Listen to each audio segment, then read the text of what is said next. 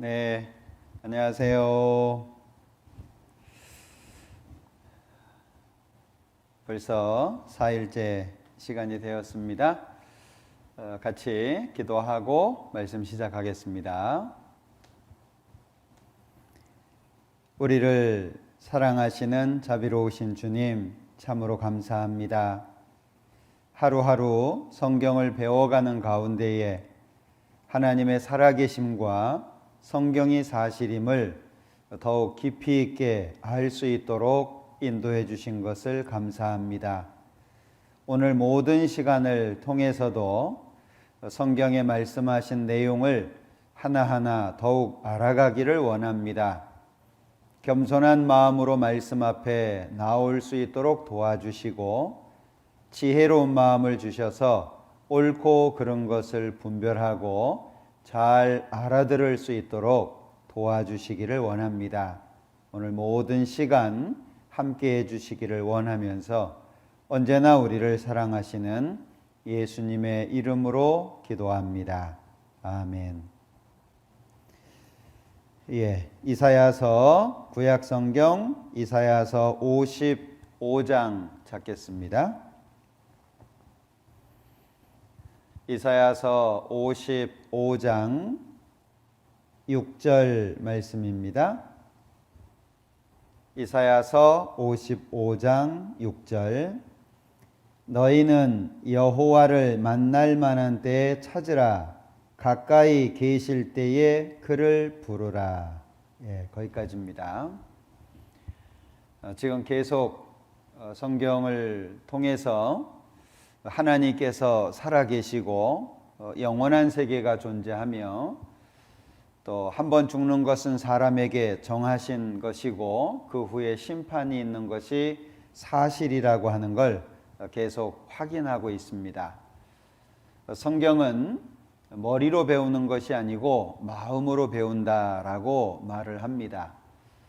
지식이 많다고 해서 꼭 빨리 하나님을 발견하는 것도 아니고 또 배운 것이 없다고 해서 하나님을 배우는데 더뎌지는 것 또한 아닌 겁니다. 하나님께서 도와주셔야 바른 믿음을 얻을 수 있는데 어떤 사람을 하나님이 도와주실까? 겸손한 마음으로 하나님 찾기를 간절히 소망하는 사람에게 하나님의 도움이 있습니다. 그래서 성경을 배울 때 내 눈을 열어서 주의 법에 기이한 것을 보게 하여 주십시오 라고 하는 간절한 마음으로 말씀을 들으시면 좋겠습니다. 더불어서 성경을 배울 때 내 생각이 중요한 게 아니고 성경이 사실이다 라고 하는 게 중요한 거잖아요. 그러니까 내 생각을 기준으로 해서 성경을 배우기보다는 사실에 입각한 근거를 가지고 전해지는 이 하나님의 말씀에 마음을 좀 기울이는 게 필요하리라고 생각을 합니다. 오늘 읽었던 말씀에 보면 이게 너희는 여호와를 만날 만한 때에 찾으라 가까이 계실 때에 그를 부르라. 자, 우리가 익히 배웠던 대로 하나님은 영이시고 하나님은 눈에 보이지 않습니다. 그러면 보이지 않는 하나님께서 언제가 가까이 계실 때인지 언제가 만날 만한 때인지 우리가 어떻게 알 수 있을까요? 하나님께서 눈에 보이신다면 우리가 그 시기를 짐작할 수 있을 텐데 문제는 하나님은 눈에 보이지 않습니다. 자, 그러면 여기 10절에서 비와 눈이 하늘에서 내려서는 다시 그리로 가지 않고 토지를 적시어서 싹이 나게 하며 열매가 맺게 하여 파종하는 자에게 종자를 주며 먹는 자에게 양식을 줌과 같이 자연 현상을 말씀하신 겁니다. 혹여 말씀을 들으시는 모든 분들 여기 비나 눈이 하늘에서 내리다가 다시 중간에 하늘로 올라가는 거 어떻게 경험해 보셨습니까? 혹시 말씀 들으시는 분들 중에 그런 경험 있는 분 계실까요? 예, 아마 없을 겁니다.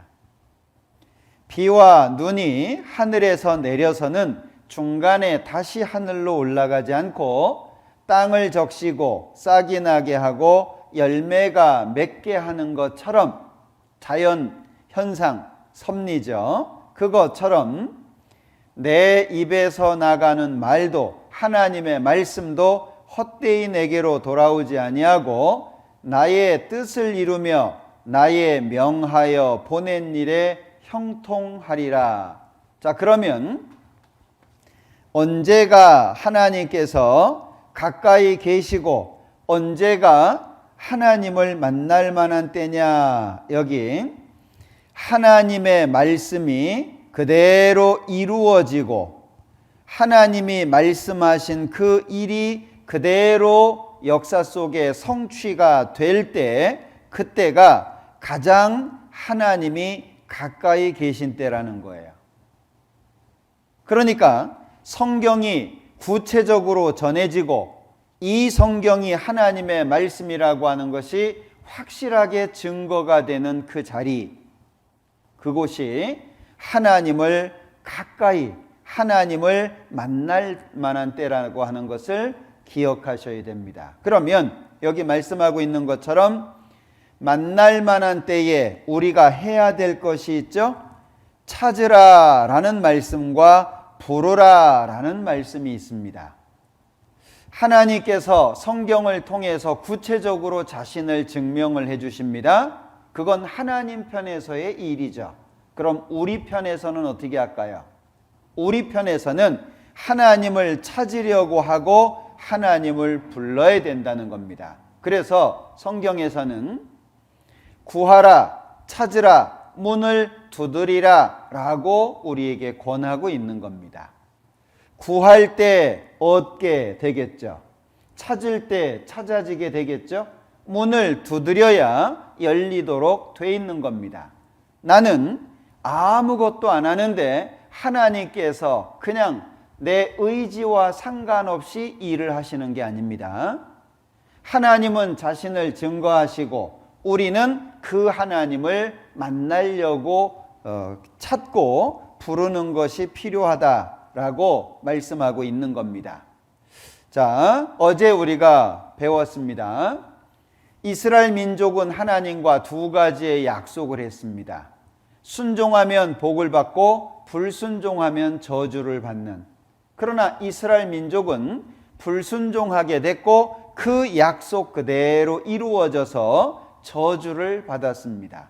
오랜 시간 고통을 받았죠. 그런데 이미 2600년 전에 성경에서는 이스라엘 민족이 독립할 것, 회복할 것을 말씀하고 있고 그 회복되는 장소가 어디인지도 구체적으로 말씀하고 있습니다. 여기 에스겔 37장의 내용인데요. 하나님께서 에스겔이라고 하는 선지자를 골짜기로 데려가셨습니다. 근데 이 골짜기에 뼈가 가득한 거예요. 하나님께서 이 에스겔 선지자를 골짜기, 뼈가 아주 많은 골짜기로 데리고 가셨는데 그 뼈의 특징이 뼈가 심이 많고 아주 말랐더라. 하나님께서 에스겔 선지자에게 묻습니다. 에스겔아, 이 뼈들이 능히 살겠느냐? 여러분들 생각해 보세요. 죽은 사람도 아니고 지금 금방 죽은 사람도 아니고 죽은 지 오래돼 가지고 이제 몸은 다 흙으로 돌아가 버리고 뼈만 남았는데 그 뼈조차도 아주 말랐습니다. 자, 이 마른 뼈가 살 수 있겠습니까? 이건 불가능한 겁니다. 그런데 하나님께서 에스겔에게 묻는 거예요. 이 뼈들이 능히 살겠냐? 에스겔이 지혜롭게 대답을 했습니다. 하나님께서 아시겠죠. 그러니까 하나님께서 그래? 그렇다면 살아나라고 대신 명령을 내려봐라. 7절입니다.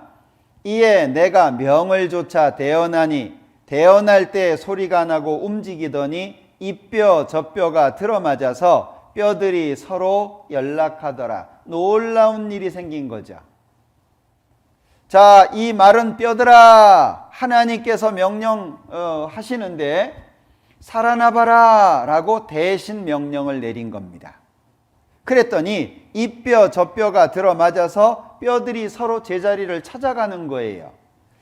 8절에 내가 또 보니 그 뼈에 힘줄이 생기고 살이 오르며 그 위에 가죽이 덮이나 그 속에 생기는 없더라. 자, 다시 뼈가 제자리를 찾아가고 힘줄이 생기고 살이 올랐지만 생기는 없는 겁니다.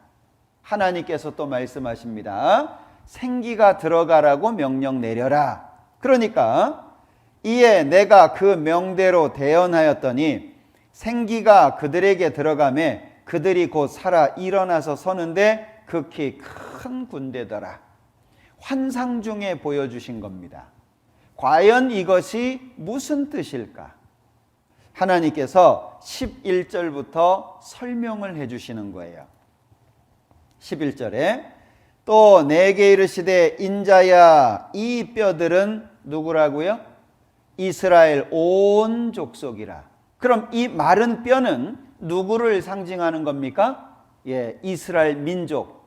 예수님을 십자가에 못 박아 죽이고 전 세계 쫓겨다니면서 죽임을 당하고 고통을 받고 이제 나라를 세운다는 것은 꿈에도 생각하지 못하는, 전 세계에 흩어져서 가는 곳마다 죽임을 당하는 이스라엘을 설명하는 겁니다.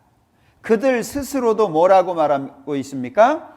우리의 뼈들이 말랐고 우리의 소망이 없어졌으니 우리는 다 멸절되었다. 우린 끝났다.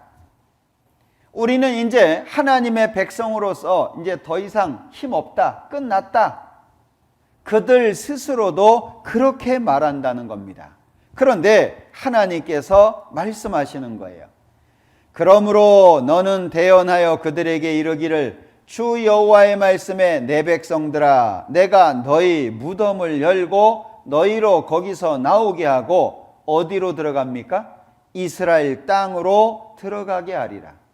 그러면 무덤을 열고 그랬으니까 죽은 사람을 무덤에 매장하잖아요.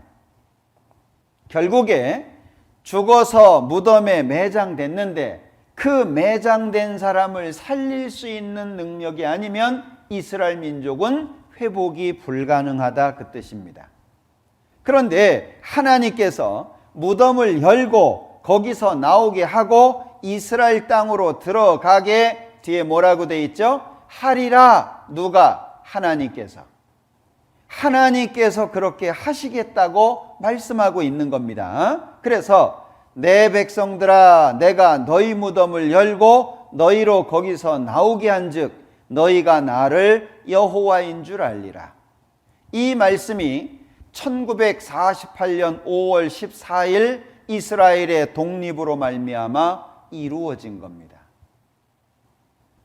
2600년 전에 예언되어 있는 이 말씀 그대로 이스라엘 땅에서 나라가 회복이 된 겁니다. 이렇게 하실 수 있는 분이 누구냐? 오직 한 분 하나님이십니다. 그래서 13절 끝에 너희가 나를 여호와인 줄 알리라. 언제요? 이스라엘의 독립이 사실로 이루어지게 되는 것을 보게 될 때 이건 하나님의 역사구나 알 수 있게 될 거다 그 얘기예요. 성경은 예언과 성취를 통해서 우리에게 하나님을 증거한다. 계속 반복해서 말씀드리고 있잖아요. 자, 여기 에스겔 36장에는 땅이 회복될 것, 황무지가 되었던 이스라엘의 땅이 회복될 걸 말씀하고 있는데 왜 하나님께서 이스라엘을 회복시키시느냐 이유를 말씀하고 있습니다. 여기 그러므로 너는 이스라엘 족속에게 이르기를 주 여호와의 말씀에 이스라엘 족속아 내가 이렇게 행함은 다 망했던 이스라엘 민족을 회복시키는 이유가 뭐냐? 너희를 위함이 아니요 너희가 들어간 그 열국에서 더럽힌 나의 거룩한 이름을 위함이라. 하나님의 백성입니다. 하나님의 이름을 가지고 있는 민족입니다. 그런데 그들이 불순종을 해서 저주를 받습니다. 다른 나라 사람들은 성경도 없습니다. 하나님도 모릅니다. 그저 외적으로 보여지는 걸 볼 뿐이에요. 저 사람들 하나님 백성인데 왜 저렇게 망할까? 하나님께서 자기 백성이 저렇게 망하는데 왜 안 도와주실까? 하나님이 오래 사셨으니까 늙었나? 힘 떨어졌나? 죽었나 봐. 그래서 어떤 사람은 신은 죽었다 이렇게 말하기도 하잖아요. 자, 그 더러워진 하나님의 이름을 다시 영광스럽게 하기 위해서 이스라엘 민족의 저주받은 모습 때문에 하나님의 이름이 더러워졌으니까 이스라엘 민족을 다시 회복시킴으로 말미암아 하나님의 이름을 다시 영광스럽게 하시겠다, 그런 말씀입니다. 자, 그러면 이스라엘 족속아, 내가 이렇게 행함은 이스라엘 민족을 회복시키겠다는 하나님의 약속인데, 자, 세 가지 특별한 게 있었죠. 불순종의 결국 전 세계에 흩어지고 칼에 죽임을 당하고 그들의 땅은 황무지가 됩니다. 그대로 됐습니다. 하나님의 이름이 더러워졌어요. 하나님이 잘못한 건 아니죠. 하나님은 약속대로 하신 겁니다. 자, 그러니까 하나님께서 그렇다면 이 이스라엘 민족을 내가 다시 회복시키겠다. 자, 황무지가 되었던 이스라엘의 땅을 에덴 동산처럼 만들겠다라고 말씀하시는데, 전에는 지나가는 자의 눈에 황무하게 보이던 그 황무한 땅이 장차 기경이 될지라. 기경, 농사 지을 수 있는 땅, 밭가는 땅으로 바뀌어지게 될 거다라고 말씀하셨고, 사람이 이르기를 이 땅이 황무하더니 이제는 에덴 동산같이 되었고 황량하고 적막하고 무너진 성읍들에 성벽과 거민이 있다 하리니, 너희 사면에 남은 이방 사람이 나 여호와가 무너진 곳을 건축하며 황무한 자리에 심은 줄 알리라. 나 여호와가 말하였으니 이루리라. 자, 2600년 전의 예언입니다.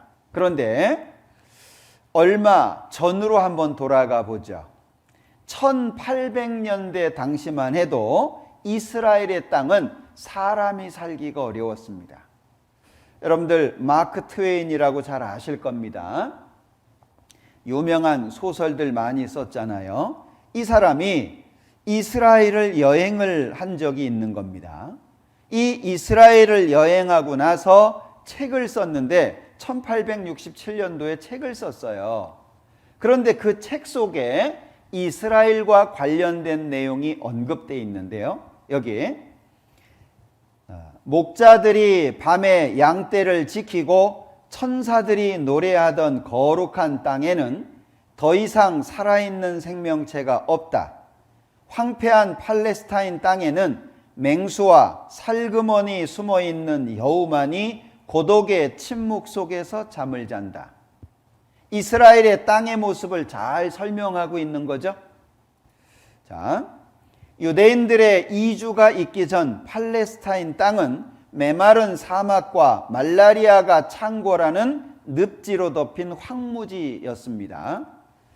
1882년 팔레스타인 거주하는 28만 명 중에 유대인은 3만 4천 명밖에 안 됐습니다. 그리고 유럽 유대인 중에 제일 부자가 로스차일드인데, 이 로스차일드 가문을 통해 땅을 구입을 하고 농업 정착촌을 만들기 시작합니다. 1944년 기준으로 중동의 비옥한 땅 1에이커 1200평이 좀 넘는데요. 이게 110불에 거래가 된 거예요. 아주 좋은 땅이죠. 중동 지역의 아주 좋은 땅. 그런데 팔레스타인의 그 불모지가 1000불에 거래됐어요. 거의 10배가 넘는 그런 비싼 값에 팔은 겁니다. 그걸 비싼 값에 사가지고 농업 정착촌을 만든 거예요. 왜? 이스라엘이 돌아와야 되니까 준비를 한 겁니다. 1948년 영국이 물러날 당시 팔레스틴 땅의 9%가 유대인 소유고 3%가 아랍 사람 소유고 17%가 버려진 땅이고 71%가 영국이 다스리고 있었던 겁니다.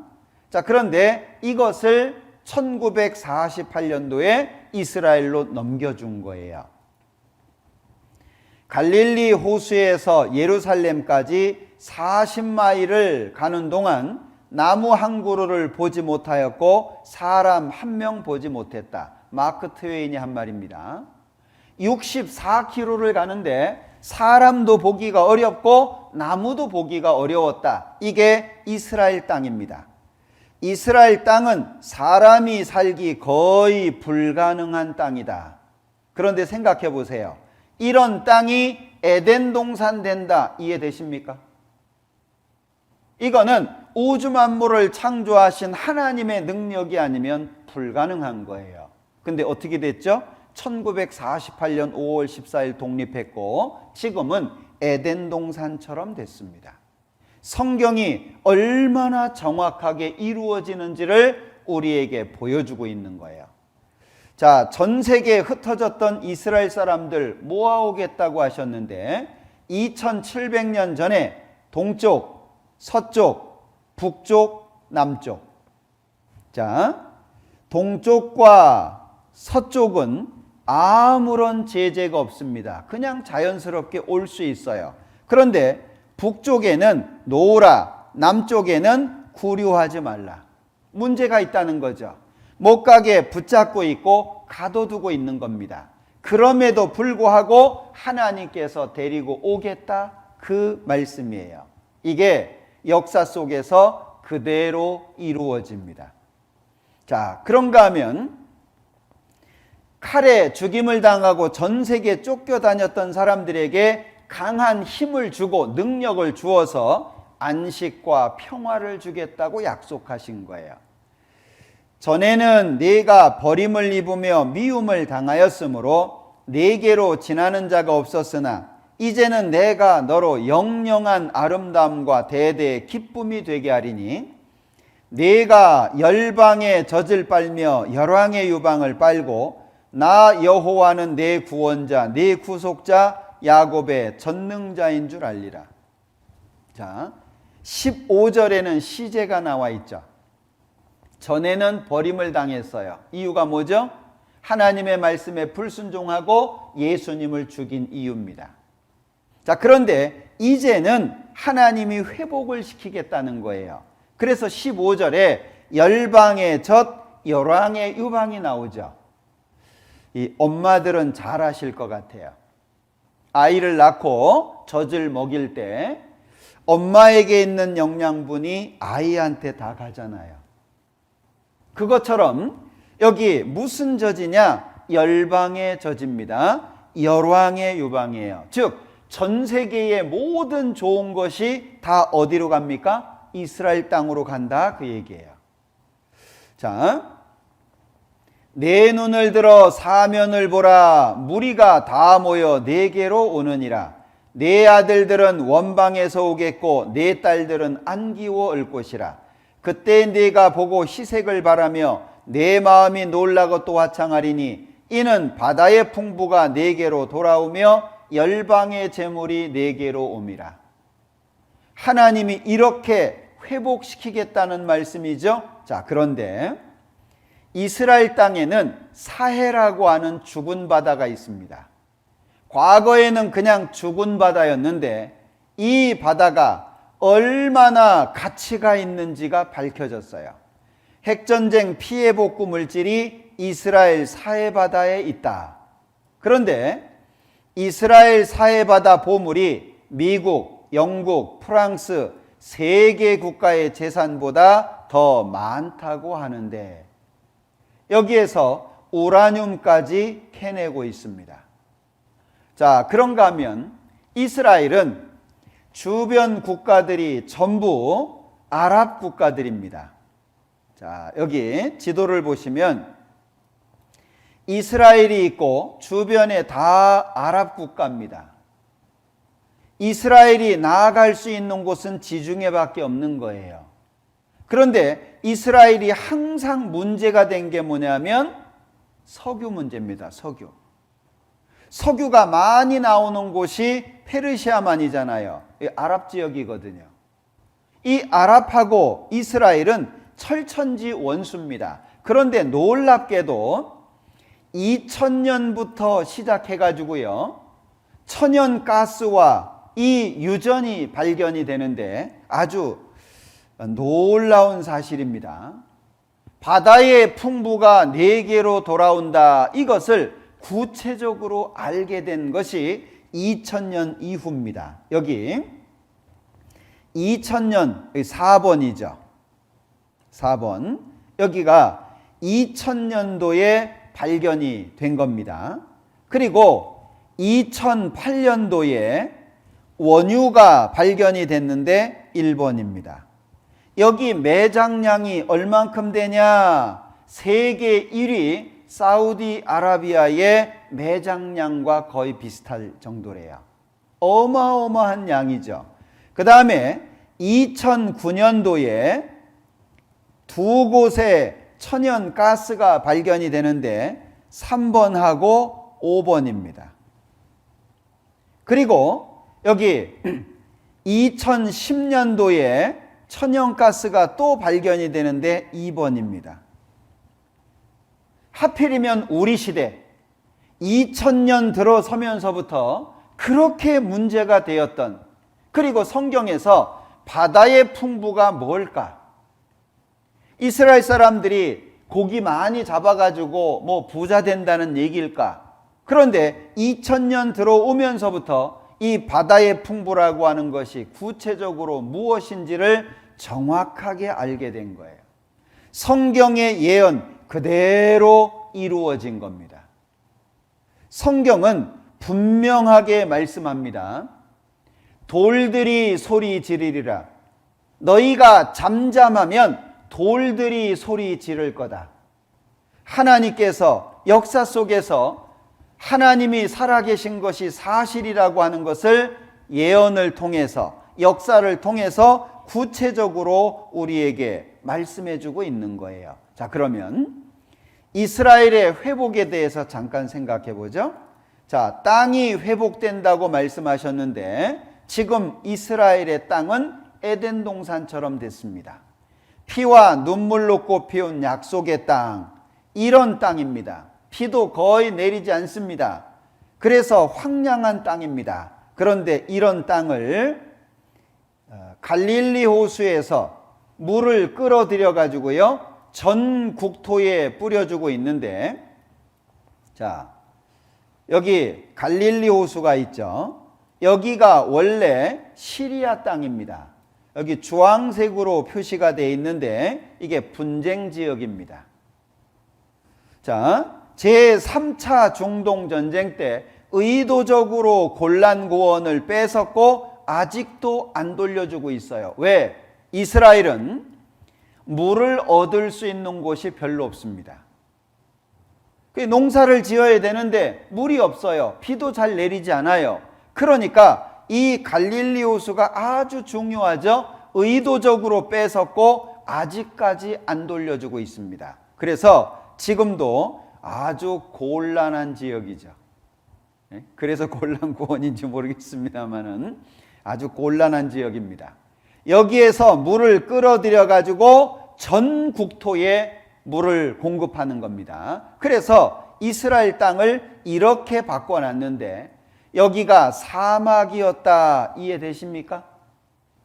이해 안 되잖아요. 그래서 이스라엘에 가면 많이 보이는 게 스프링쿨러입니다. 왜? 물을 공급해 줘야 되니까. 그래서 농사 짓는 곳을 보면 농사 짓는 곳만 초록색이고 나머지 땅이 누런 황무지예요. 왜요? 비가 내려서 농사를 짓는 것이 아니고 필요한 부분에 물을 뿌려서 농사를 짓는 거예요. 그래서 이런 모습이죠. 나무 있는 곳만 물이 뿌려지는 거예요. 그래서 스프링쿨러가 아주 발달이 돼 있죠. 황무지에 농사 짓는 지역만 초록색입니다. 그래서 이렇게 멋진 나라로 만들어 놓은 거예요. 상상할 수 있습니까? 자, 이렇게 됐다는 것도 상상할 수가 없는데 놀라운 게 뭐죠? 미리 성경에 그렇게 될 것이라고 기록해 놓으셨다는 거예요. 하나님의 말씀은 그대로 이루어지게 돼 있는 겁니다. 자, 그런가 하면 민족이 돌아온다고 그랬죠.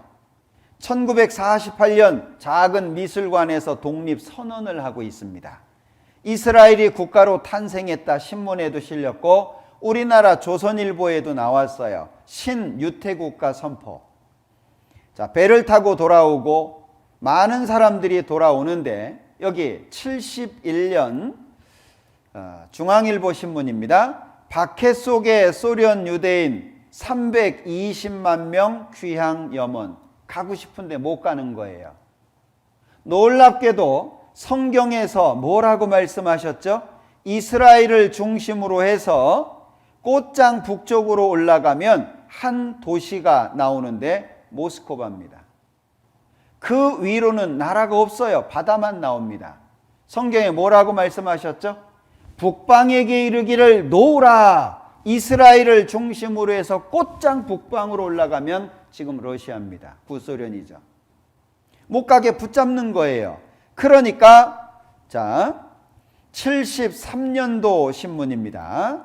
미국 밀과 바꾸는 유대인 이민세. 자, 미국이 중재에 나선 겁니다.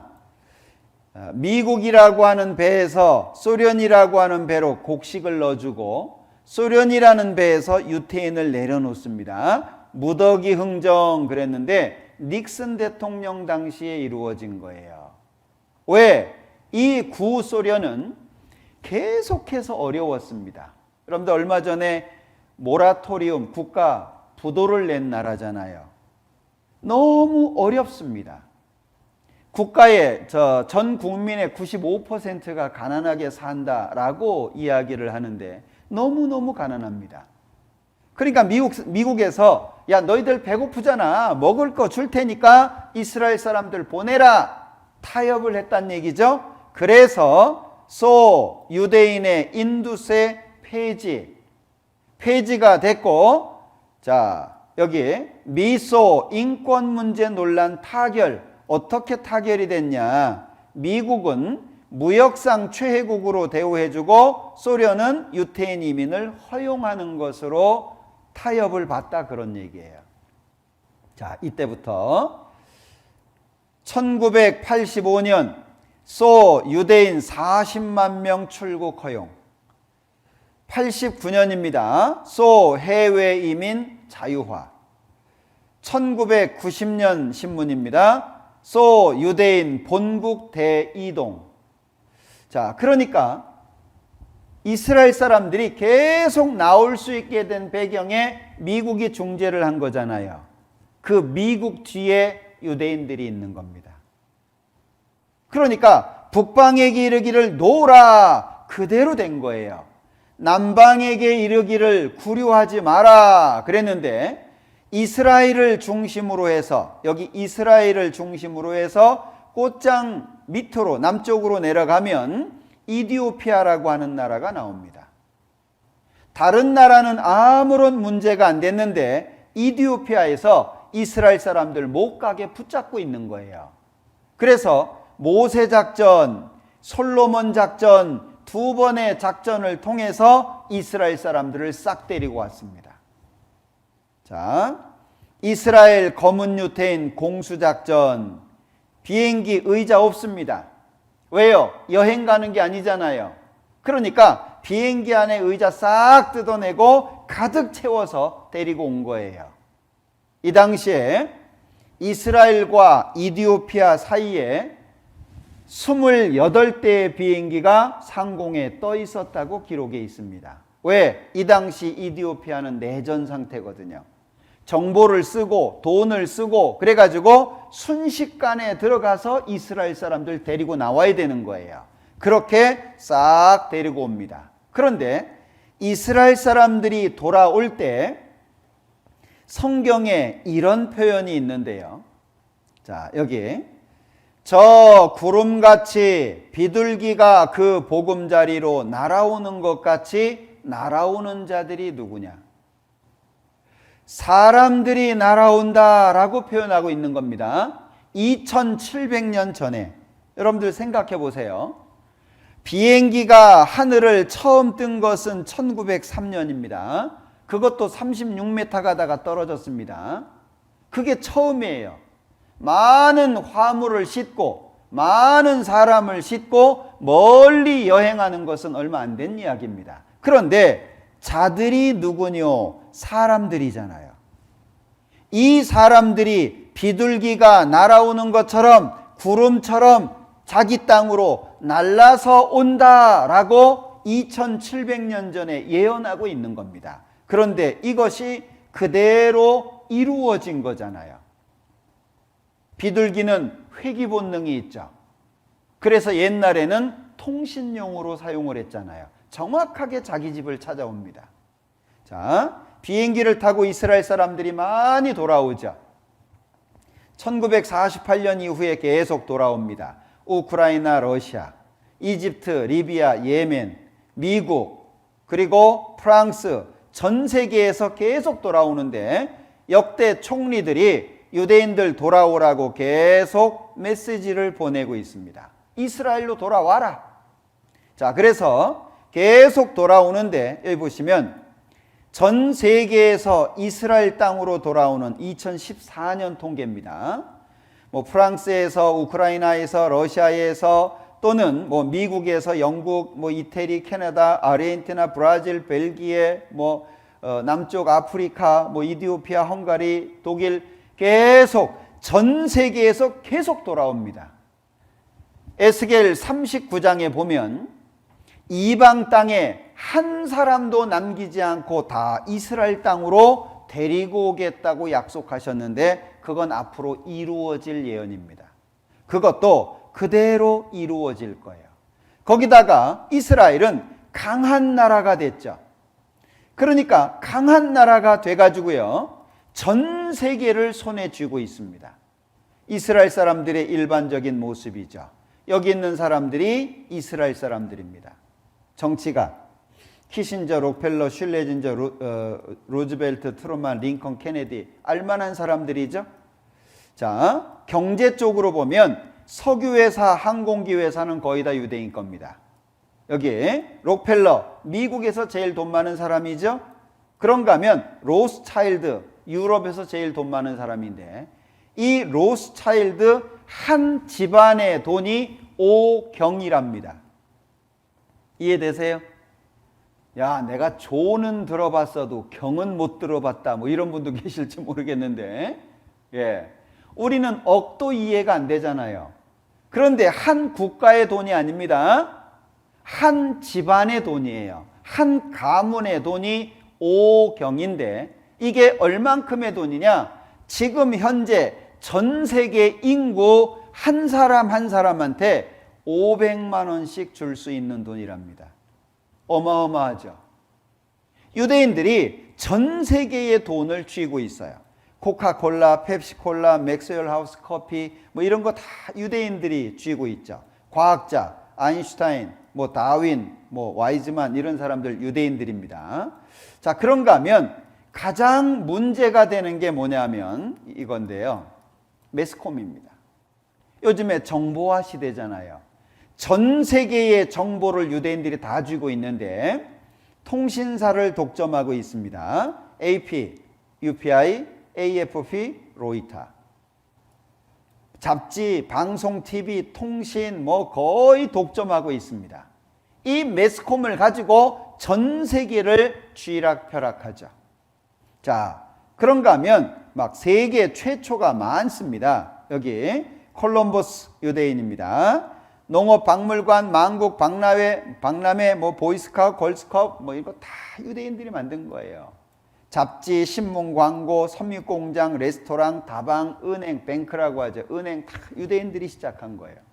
전 세계를 쥐고 있습니다. 여기 있는 것들이 다 유대인들 거예요.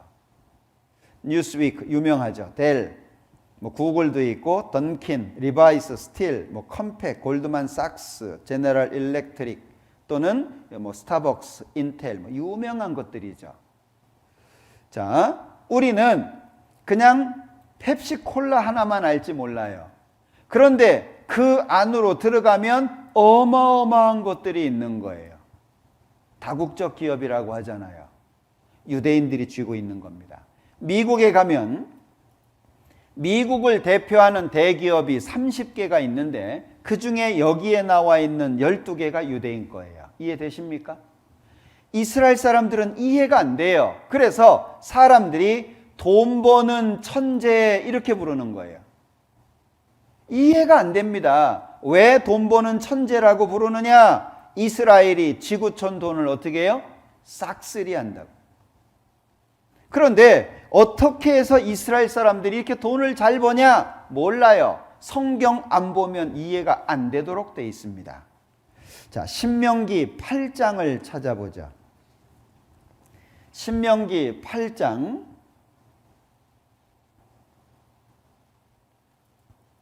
자, 신명기 8장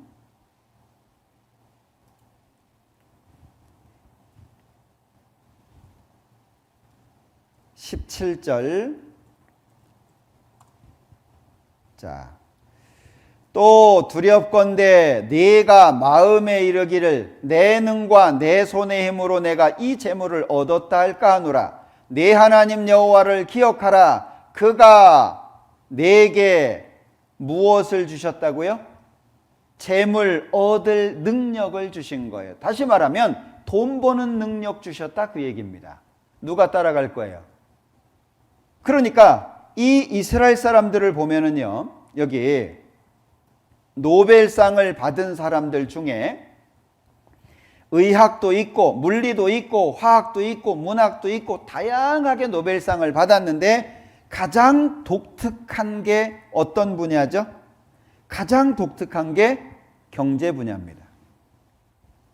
세계 경제 이론 대부분이 유대인들이 내놓는 거예요. 왜? 하나님께서 돈 버는 능력을 주셨잖아요. 그러니까 전 세계 돈을 싹쓸이 할 수밖에 없죠. 자, 여기 유대인들입니다. 키신저 뭐 이런 사람 빼고 경제 쪽을 보죠. FRB 의장 이랬는데 이 FRB 의장은 쉽게 얘기하면 세계 경제 대통령이라는 자리입니다. 세계 돈줄 쥐고 있는 자리예요. 유대인들이 꽉 쥐고 있죠. 빌 게이츠 땅에 $100짜리 떨어져도 안 줍는다는 일화 아시죠? 100달러면 우리나라 돈으로 10만 원이 넘습니다. 떨어져도 안 줍는데요. 왜? 줍는 시간이 아깝다고. 이해되십니까? 우리가 생각하는 거하고 이해가 안 돼요. 여기 두 사람 구글 공동 창업자 유대인입니다. 요즘에 구글 많이 쓰시죠? 페이스북 많이 쓰시던데 마크 저커버그 유대인입니다. 그러니까 전 세계에 돈 잘 버는 사람들은 대부분 유대인들인 거예요. 자, 여기 로스차일드 한 집안의 돈이 5경인데 이게 얼만큼의 돈이냐? 지구인 모두에게 500만 원씩 나눠줄 수 있다는 거예요. 이 돈으로 무엇을 하냐라고 하는 거예요. 이 돈으로 무엇을 하냐? 이걸 합니다. 미국에 이스라엘의 국익을 위해서 애쓰는 단체들이 많은데 그 단체 가운데 가장 영향력 있는 단체가 에이펙이에요. 에이펙이 여기 백악관을 주무르고 있잖아요. 그러니까 뭐라고 얘기하냐? 미 대통령은 바뀌어도 유대인은 영원하다. 왜요? 미국 대통령 뒤에 누가 있다는 거예요? 유대인들이 있다는 겁니다. 그래서 하나같이 미국의 대통령이 되는 사람들은요, 이스라엘 편 얘기를 합니다. 여기 전 미국 부통령 엘 고어죠. 클린턴 대통령과 저는 모든 미국민과 함께 미국이 이스라엘의 건국을 처음으로 승인한 나라였음을 자랑스럽게 생각합니다. 이스라엘의 건국 선언 후 11분 만의 말입니다. 이게 어떤 말이죠? 아부하는 말이잖아요. 자, 오바마 전 대통령이 후보로 당선이 되었을 때 2008년도에 처음 간 곳이 에이펙입니다. 팔레스타인 사람들과 어떤 협상을 하든지 유태인 국가로서의 이스라엘을 지켜낼 것입니다. 이스라엘의 안전을 위해 확실한 국경선이 필요합니다. 예루살렘은 이스라엘의 수도로 남을 것입니다. 이 사람이 지금 이스라엘 총리 선거 나온 건가요? 아니에요. 하나같이 이스라엘 편을 듭니다. 잘 아시는 분이죠? 저는 오늘 이스라엘의 진정한 친구이자 서포터로 이 자리에 서 있습니다.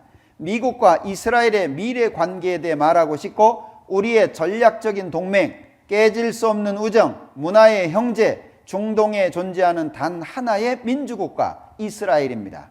제가 대통령이 된다면 유엔이 이스라엘에게 삿대질하는 것을 금지하겠습니다.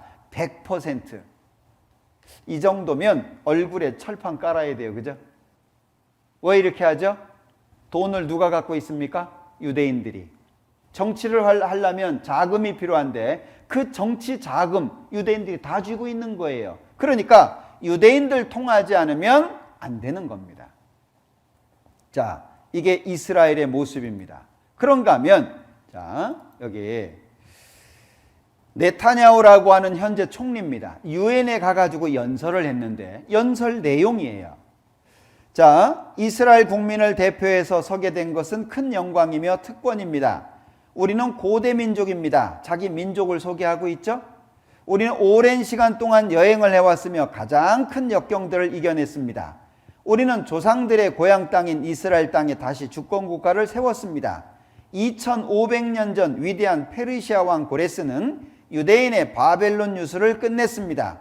그래서 바벨론에서 돌아가라고 고레스 칙령을 내렸죠. 우리 시대 성경의 예언들이 성취되고 있습니다. 여러분들 생각해 보세요. 이게 한 국가, 그것도 전 세계를 좌우하는 핵심 국가 이스라엘의 총리가 유엔에서 연설하는 내용이라고 생각되셔요? 저는 이거 보면 성경 강연회예요. 여러분들 어떻게 생각되세요? 네? 성경 강연회입니다. 유엔에서 연설을 하는데 우리 시대 성경의 예언들이 성취되고 있다 그러면서 아모스 성경을 인용을 했어요.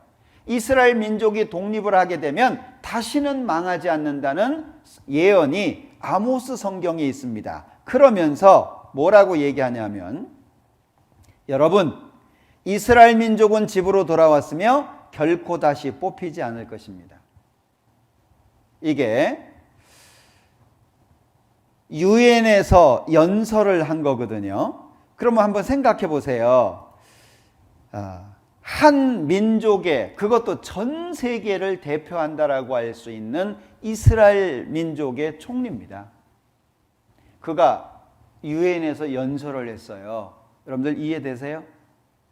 우리 시대 성경의 예언들이 성취되고 있습니다. 그 예언대로 우리는 독립했고 다시는 망하지 않습니다. 그걸 유엔에서 얘기한 거예요. 성경이 얼마나 정확하게 이루어지냐. 자, 그러면 예언과 성취를 통해서 누가 증명된다고요? 하나님이 증거되는 거예요. 예언한 것이 그대로 이루어지는 걸 통해서 하나님이 살아계시다, 이걸 나타낸다는 거죠. 그러면 자, 이 일을 누가 행하였느냐, 누가 이루었느냐, 누가 태초부터 만대를 명정하였느냐, 나 여호와라. 태초에도 나요, 나중 있을 자에게도 내가 곧 그니라. 여러분들, 이렇게 자기를 증명하는 신이 전 세계 어디 있습니까? 하나도 없어요. 오직 한 분, 우주 만물을 창조하신 하나님만이 자신을 이렇게 증명하고 있어요. 그래서 이스라엘 민족을 여호와의 증인이라고 말하는 거예요. 여호와의 증인. 이스라엘 민족의 역사가 하나님을 정확하게 증거하고 있잖아요. 자, 지금 우리 시대를 한번 보죠. 지나간 역사도 있지만 현재 우리 시대 내용도 있는데 마태복음 24장에 보면은요, 예수께서 감람산 위에 앉으셨을 때 제자들이 종용이 와서 가로되 우리에게 이르소서 어느 때에 이런 일이 있겠사오며 또 주의 임하심과 세상 끝에는 무슨 징조가 있사오리까? 징조, 어떤 일이 나타나기 전에 보여지는 조짐. 예를 들면 내일 날씨가 좋겠다 그러면 전날 하늘이 붓잖아요. 저녁에 어떤 바람을 맞으면 잠시 뒤에 비가 오겠다. 날이 흐리고 그러면은요, 눈 오겠네. 우리 이거 대충 알아볼 수 있잖아요. 조짐입니다. 조짐. 그걸 징조라고 얘기하는데 다른 거 빼고 세상 끝에는 무슨 징조가 있사오리까? 우리에게 가장 중요한 문제잖아요. 예수님께서 4절부터 답변을 하셨는데 예수께서 대답하여 가라사대 너희가 사람의 미혹을 받지 않도록 주의하라. 많은 사람이 내 이름으로 와서 이르되 나는 그리스도라 하여 많은 사람을 미혹해 하리라. 첫 번째 종교적인 혼란입니다. 지금 우리 시대 보십시오. 종교적으로 얼마나 혼란스럽습니까? 어떤 분들은 얘기합니다. 나는 교회 가고 싶다. 그런데 어느 교회가 진짜냐?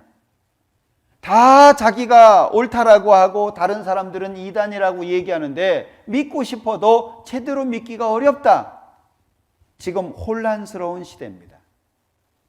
성경을 정확하게 증거하는 그런 교회도 적어지고 있습니다. 이상한 말을 해가지고 사람들에게 정신을 엉뚱한 데 뺏기게 만들어버리고 거의 육신적으로 물질적으로 잘못되는 교회들 봐봐요. 거의 돈 문제와 연결되어 있지 않습니까? 재산을 뺏는다든지 아니면 사람을 망가뜨린다든지.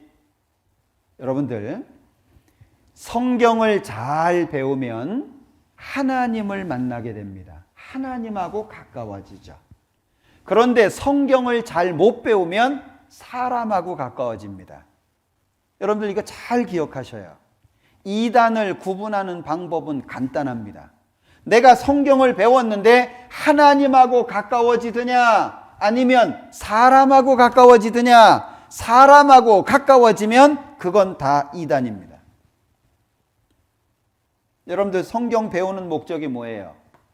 영생은 유일하신 참 하나님과 그의 보내신 자 예수 그리스도를 아는 것이니이다. 이렇게 말씀하거든요. 성경을 배우면 하나님을 알아가고 예수님을 알아가고 그리고 영원한 천국과 지옥을 알아가고 하나님 쪽으로 가까워지도록 돼 있어요. 그런데 성경을 잘못 배우잖아요. 사람하고 가까워지는 거예요. 사람이 예수님이 되고 사람이 성령이 되고 사람이 하나님이 되는 겁니다. 그래서 교주가 나오는 거예요. 성경을 잘못 배우면 교주를 만나는 겁니다. 성경을 잘 배우면 하나님을 만나게 돼 있죠. 첫 번째, 종교적인 혼란을 말씀하셨어요. 두 번째, 난리와 난리 소문을 듣겠으나 너희는 삼가 두려워 말라. 이런 일이 있어야 돼. 끝은 아직 아니니라. 민족이 민족을 나라가 나라를 대적하여 일어나겠고 처처에 기근과 지진이 있으리니 이 모든 것이 재난의 시작이니라. 두 번째는 민족과 국가 간의 분쟁입니다. 지금 전 세계 봐봐요. 얼마나 혼란스럽습니다. 자국의 이익을 위해서 정말 비참한 정말 어려운 시대잖아요. 여러분들 생각해 보세요. 우리나라만을 위해서 살 수는 없습니다. 사람은 도움을 받기도 하고 도움을 주기도 하는 거예요. 그런데 우리 나라만을 위해서 정치를 하겠다 그러면 어떻게 되죠? 다른 나라는 손해볼 거 아니에요. 그러면 다른 나라가 망하면 우리나라는 유지가 될까요? 이 자녀를 교육하는 것도 마찬가지인데요. 내 아이만 잘 키울 수 있을까요? 어때요? 내 아이가 잘 크려면 내 아이 주변에 있는 아이들도 같이 잘 커야 돼요. 그렇죠? 근데 요즘에는 내 아이만 잘 키우려고 그래요. 그러니까 아이들이 성장하는데 문제가 되는 거예요. 사회성이 떨어지고 뭔가 사람들하고 잘 어울리지도 못하고 그리고 정신적으로 이 한쪽으로 이렇게 치우쳐지게 되고 그런 문제들이 왜 생깁니까? 함께 하는데 익숙하지 못해서 그래요. 그런데 전 세계의 분쟁 전부 어디에서 나옵니까? 자국의 이익을 위해서 욕심 때문에 오는 거잖아요. 하나도 손해 안 볼라 그래요. 그러면 열이면 열 다 손해 안 볼라 그래요. 그럼 누가 손해 볼 거예요? 다 손해 보는 겁니다. 전 세계 민족 간의 갈등, 국가 간의 갈등, 어디에는 물이 없어서 갈등을 하고 어디에는 먹을 것이 없어서 갈등을 하고 정말 심각한 게 우리 시대입니다. 그리고 또 한 가지는 자연계가 문제예요. 우리가 살고 있는 이 지구가 점점 망가져가고 있다라고 하는 거예요. 점점 망가져가고 있습니다. 자, 여기 마지막 징조로 이 환경 문제만 잠깐 볼게요. 플라스틱 오염. 요즘에 이 플라스틱 때문에 얼마나 많은 문제가 되고 있습니까? 자, 2066년이 되면 지구는 쓰레기장이 된다는 거예요. 어미새가 새끼한테 먹이를 먹이는데 플라스틱이에요. 어미새가 새끼새한테 먹이를 갖다 줬는데 담배꽁초예요. 자, 태국에서 사슴이 죽었어요. 그래서 사슴을 해부했습니다. 이 사슴 뱃속에서 7kg 플라스틱이 나왔어요. 새가 한 마리 죽었습니다. 그런데 뱃속에서 플라스틱이 있는 거예요. 낙타가 사막에서 사는 낙타잖아요. 낙타가 죽었습니다. 그런데 살은 다 흙으로 돌아가고 이게 뼈입니다. 낙타 뼈. 뼈가 몇 개 있고 그런데 이 덩어리가 하나 남겨져 있는 거예요. 이게 뭐냐? 조사해 보니까 플라스틱 덩어리입니다. 낙타가 플라스틱을 먹은 거예요. 그게 뱃속에서 덩어리가 지니까 이게 소화가 안 되잖아요. 결국에 죽었어요. 이런 겁니다. 이런 거. 뱃속에서 나온 거예요. 심각하지 않습니까? 지금 우리가 살고 있는 이 자연이라고 하는 것이 얼마나 심각해졌냐. 그래서 지구는 과연 미쳤는가? 지구는 위험하다. 지구는 미치광이. 지구 소멸은 멀지 않았다. SOS, 지구가 죽어간다. 이게 타임지 표지입니다. 지구를 그냥 동여매 놨잖아요. 고장이 나가지고 지구가 병이 났어요. 한계에 도달한 인류의 역사. 이미 성경에서 말씀하고 있는 그대로입니다. 자연계 이상입니다. 처처의 기근과 지진, 그리고 또 나온 것이 온역입니다. 온역. 여러분들 지금 많이 경험하고 계시죠?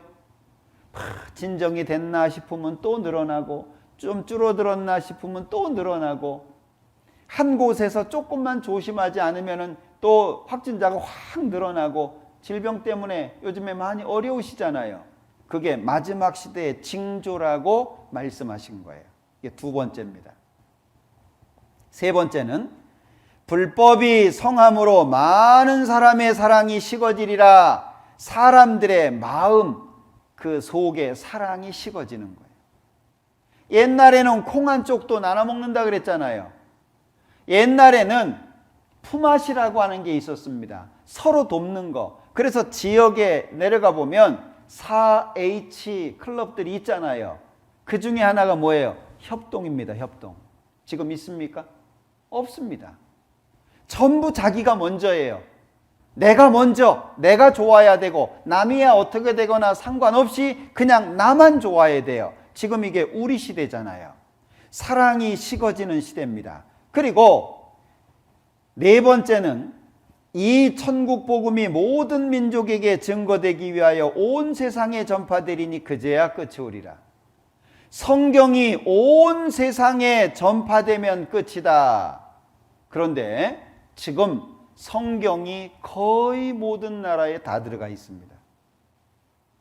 성경이 안 들어가 있는 나라들이 거의 없습니다. 지금 성경 번역은 어느 정도냐? 말은 있는데 글씨가 없는 민족들이 있어요. 말은 있는데 글씨가 없어요. 그 글씨를 만들어서 성경 번역하는 데까지 와 있습니다. 지금 우리 시대 끝이라고 하는 걸 기억하셔야 돼요. 이 천국 복음이 모든 민족에게 증거되기 위하여 온 세상에 전파되리니 그제야 끝이 오리라. 끝이라고 하는 걸 왜 말씀할까요?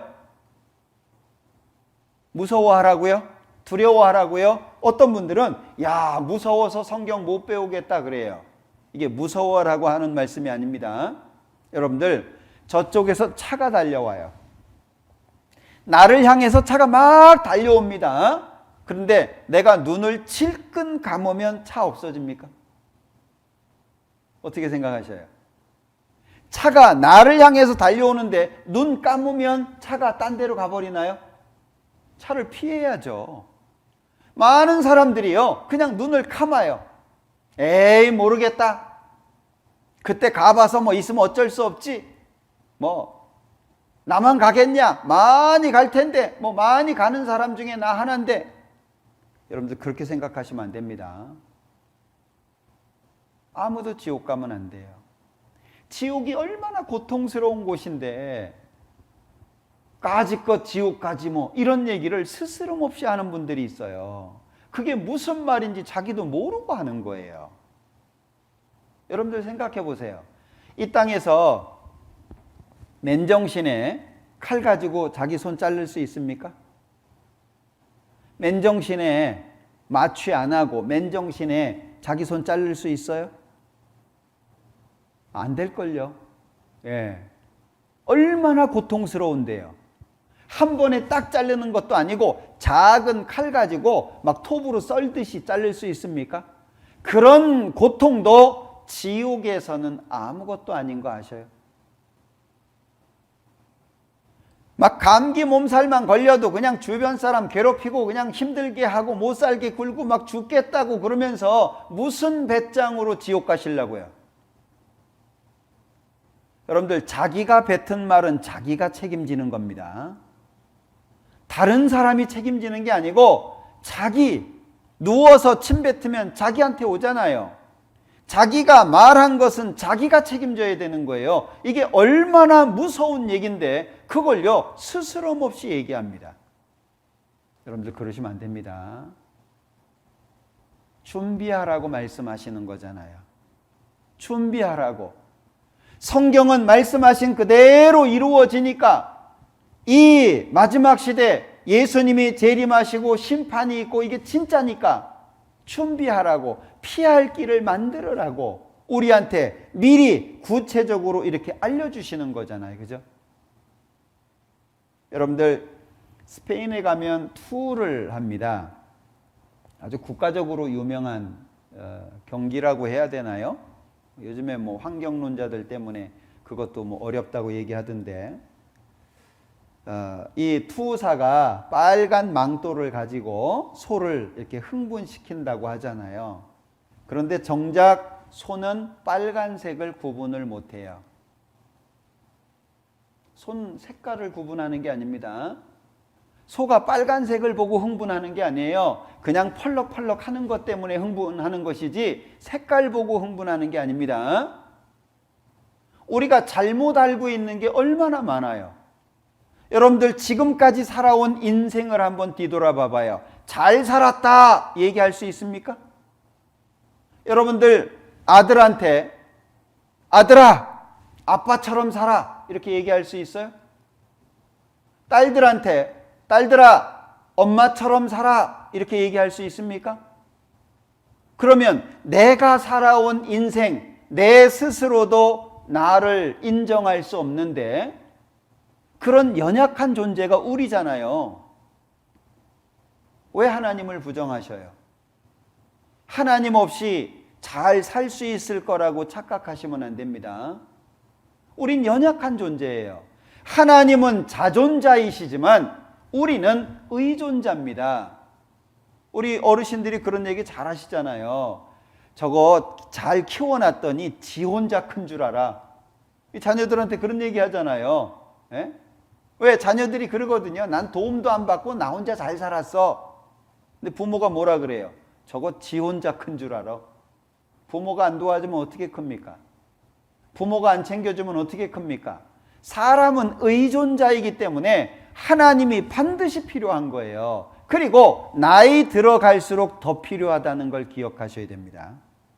젊었을 때는 자기 힘이 있으니까 까짓거 살 수 있어요. 나이 들면요, 힘 떨어져, 능력 떨어져, 알아주는 사람 없어, 외롭고 쓸쓸하고 허무하고 어떻게 하실 거예요?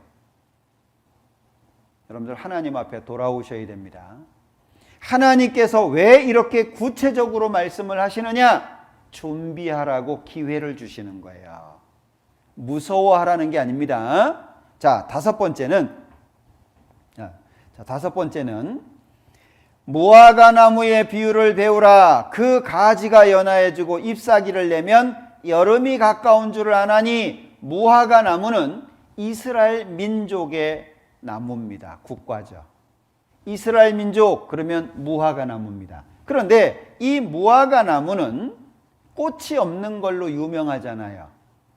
열매가 익어서 벌어지면 속이 꽃처럼 생겨 있어요.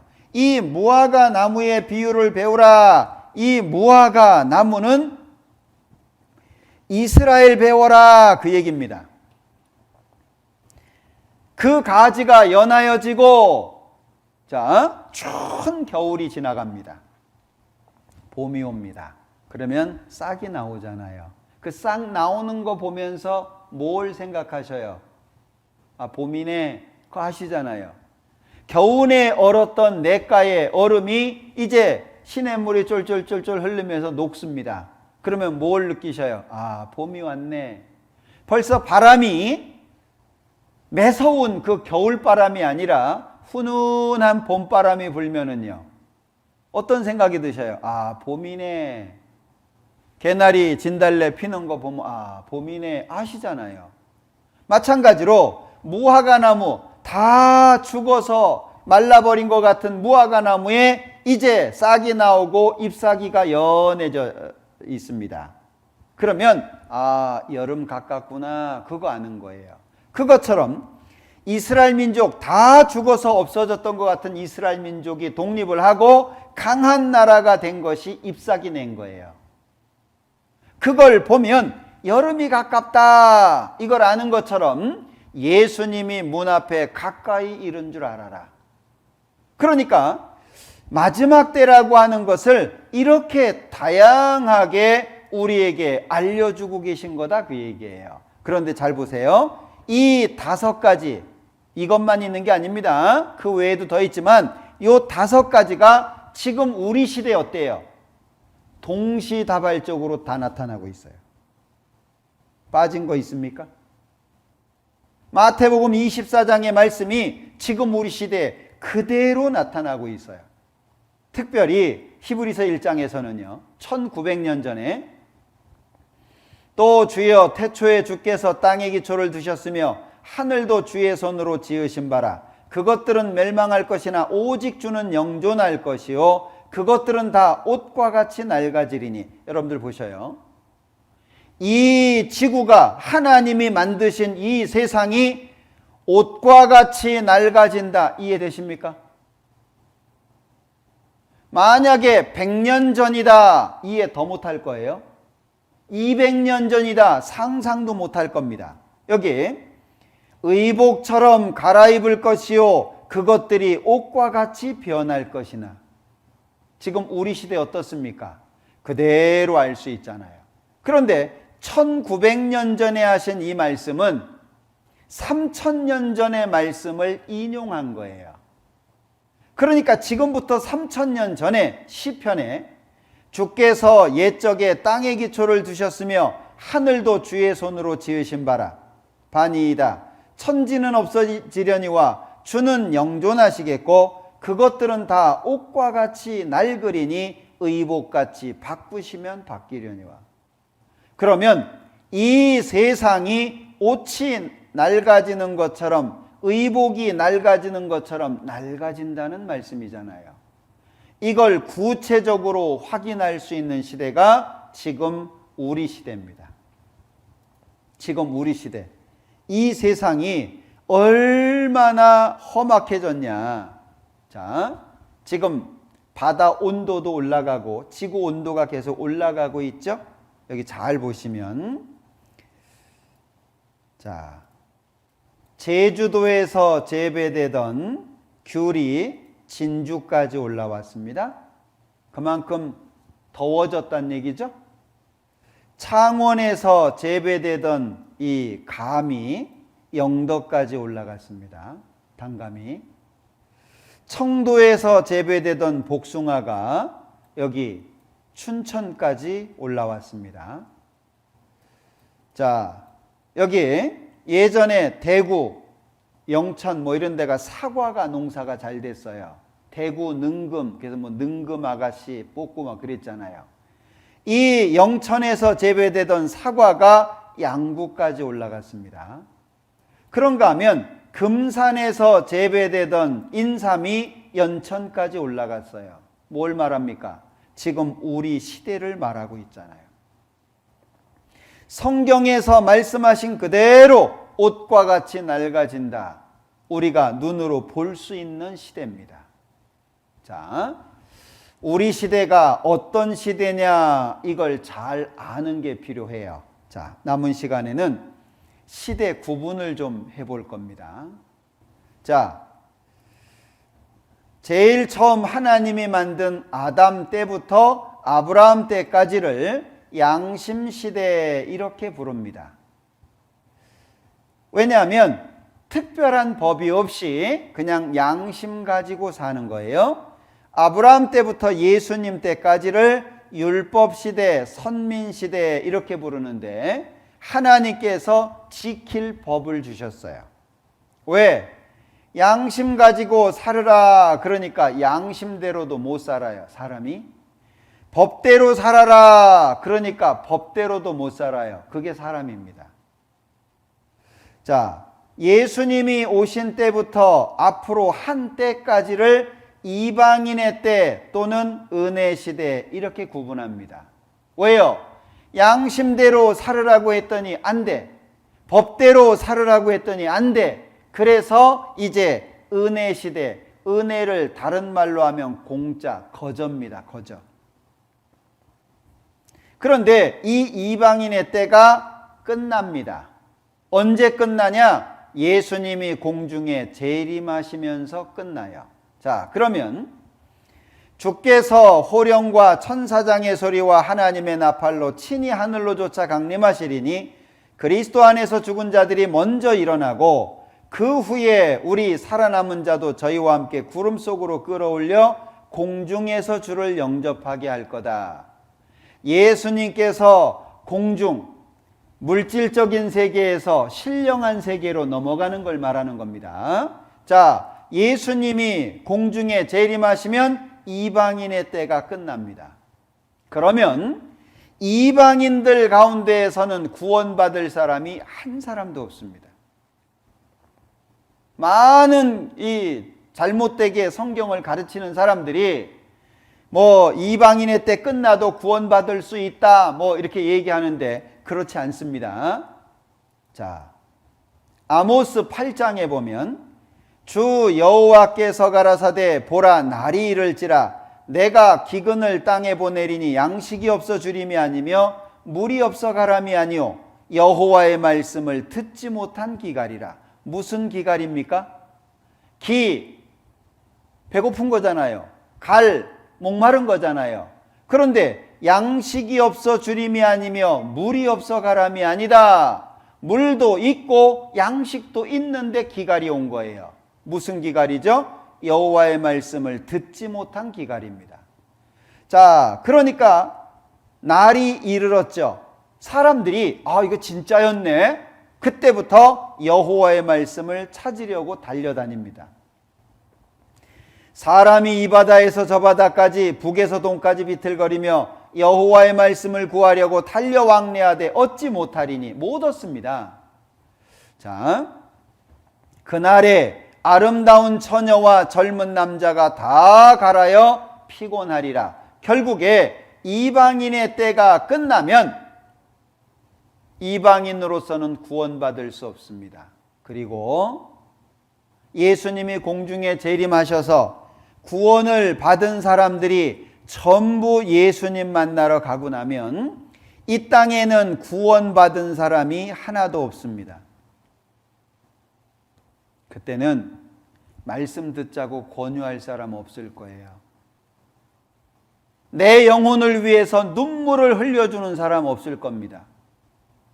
그렇게 무시를 하는데도 불구하고, 그렇게 싫다고 화를 내고 짜증을 내고 그렇게 격하게 반대하는데도 불구하고 말씀 한번 들어보라고 눈물 흘리면서 안타깝게 얘기하는 사람들 하나도 없습니다. 왜? 다 예수님 만나러 가고 없어요.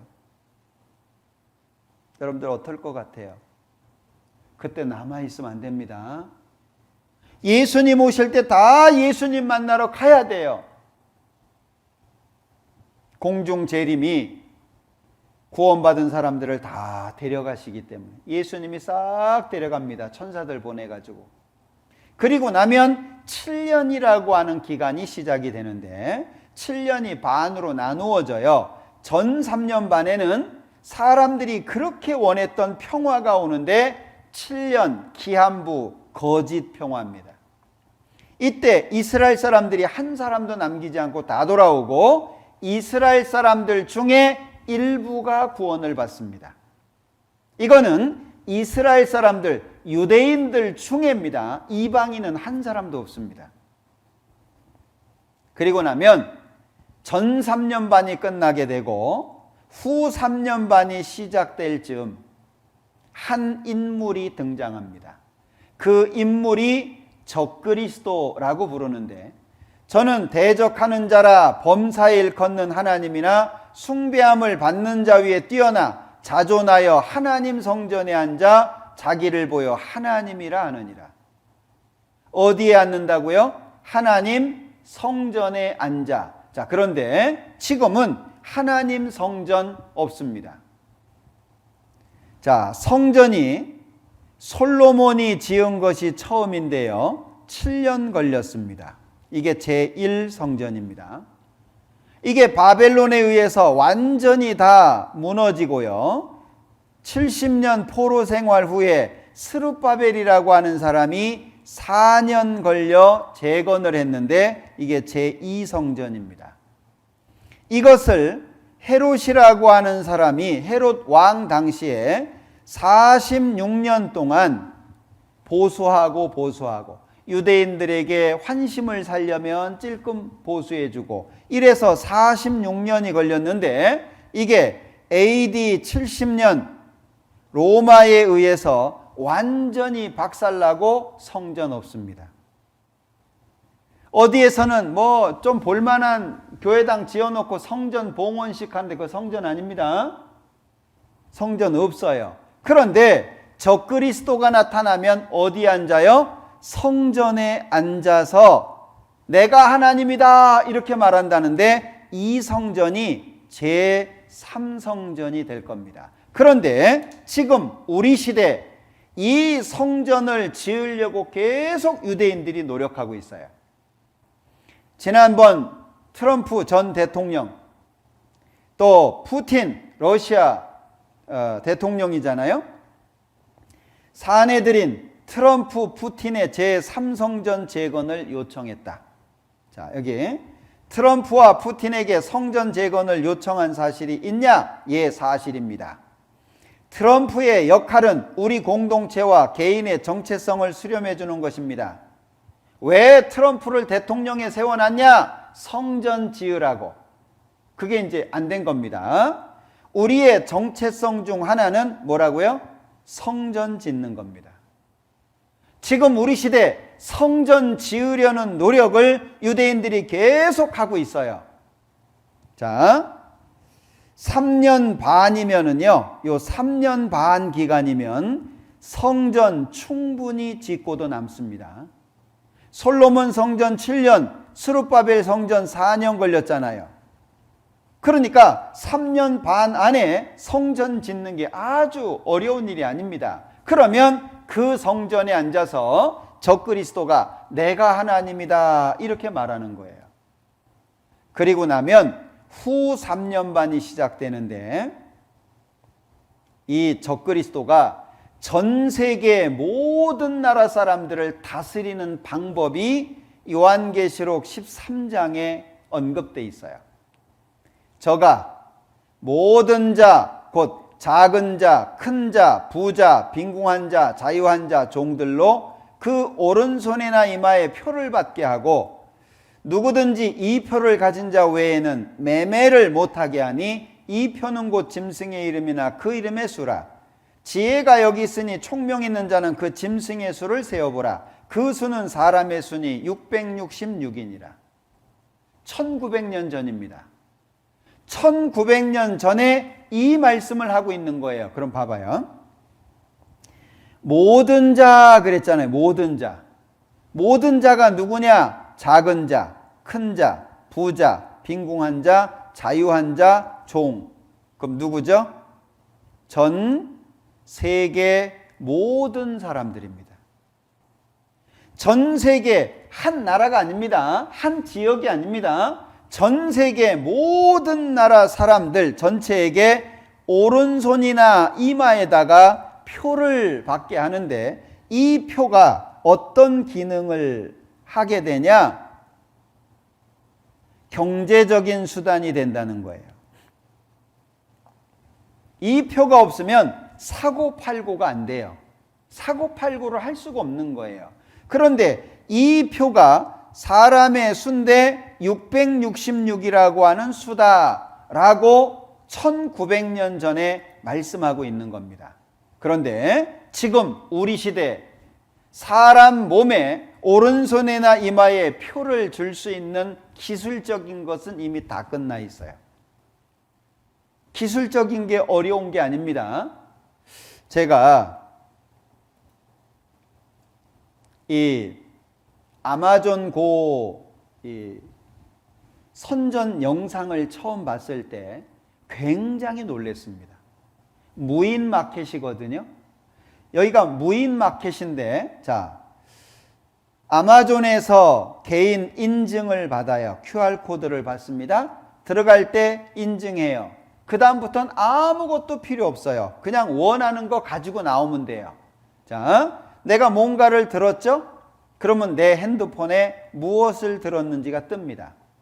마음에 안 들어서 내려놓죠? 내 핸드폰에서 없어집니다. 자, 이 매장 안에 컴퓨터로 관리가 되는 거예요. 그 다음에 이게 참 무서운 말인데 딥러닝이라고 하는 말입니다. 컴퓨터 자기학습이에요. 여러분들 사람들이 어린 아이들도 그렇고 학습을 통해서 지식을 쌓잖아요. 컴퓨터가 그런 거예요. 요즘에 AI 기능이라고 하는 거 아시죠? 이게요, 정보를 어느 선 이상의 정보를 갖잖아요. 그러면 컴퓨터가 스스로 학습을 하는 거예요. 스스로. 자, 이게 정말 무서운 말입니다. 그리고 센서로 관리가 된다는 거예요. 이렇게 해서 무엇을 목적으로 하냐? 여기 just walk out. 들고 나오면 되는 거예요. 무인 매장이죠. 아무도 없는데 관리가 되는 거예요. 그걸 목적으로 하는 거예요. 자, 밖으로 나오죠? 그러면 자기가 무엇을 샀는지가 핸드폰에 뜨고 돈이 은행 계좌에서 빠져나가는 거예요. 제가 아마존고를 일부러 가봤어요. 미국에. 왜냐하면 전 영상으로만 봤으니까 이게 정말이냐? 진짜 가봤습니다. 그래서 제가 아는 분의 도움을 받아가지고 그분의 핸드폰으로 인증하고 들어갔어요. 그래서 실험적으로 그냥 원하는 거 하나씩 들고 나온 겁니다. 그랬더니 나오자마자 뭘 샀는지 낱개로 다 표시가 됩니다. 뭘 샀는지. 그리고 합이 얼마 딱 뜹니다. 이게 그분 은행 계좌에서 딱 지불되는 거예요. 놀랍지 않습니까? 이미 기술적으로는 다 돼 있습니다. 그러니까 줄 쓸 필요도 없죠. 돈 낼 필요도 없죠. 왜? 그냥 들고 나오면 그냥 끝나는 거예요. 제가 이 영상을 보고 정말 놀랬거든요. 그런데 여러분들 생각해 보세요. 100년 전에 이거 이해했을까요? 이게 1904년 사진이거든요. 100년 전 이 사람들한테 오른손에나 이마에 표를 받고 그것으로 매매를 합니다. 이해할까요? 100년 전의 사람들도 이해하지 못했던 것을 1900년 전에 어떻게 성경에 기록하죠? 이해되시나요? 자,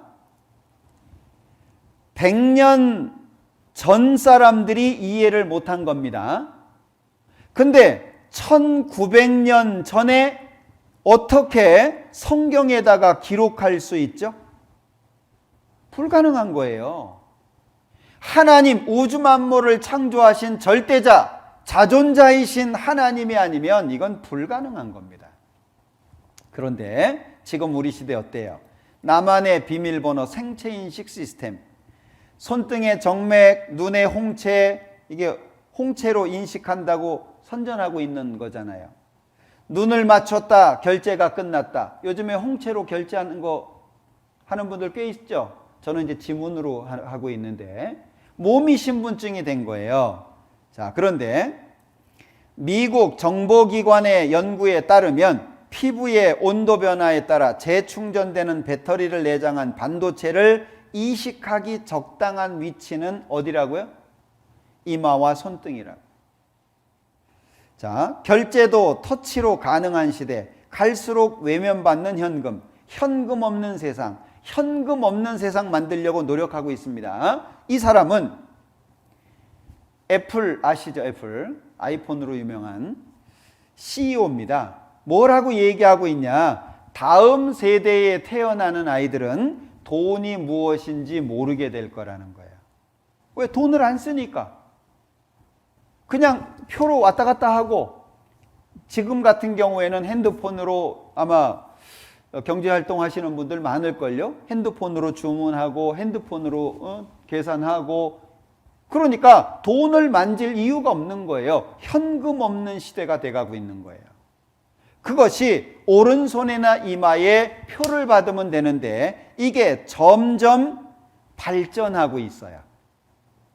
점점 발전하고 있는데, 자, 여기 요한계시록 13장이 어떻게 변화가 되고 있는지를 여기 좀 표를 만들어 놓은 건데요. 이런 겁니다. 처음에 물건에 바코드라고 찍었어요. 눈에 보이는 일자 표현. 이거는 이제 1세대입니다. 초보적인 거죠. 시간이 지나서 QR코드가 나왔습니다. 좀 더 복잡하고 더 많은 정보를 담을 수 있는 거죠. 그러다가 이제 RFID라고 하는 칩이 나왔어요. RFID 칩이 나왔고 앞으로 어떻게 바뀔 거냐? 이게 이제 많이 이제 연구를 하고 있는 부분들입니다.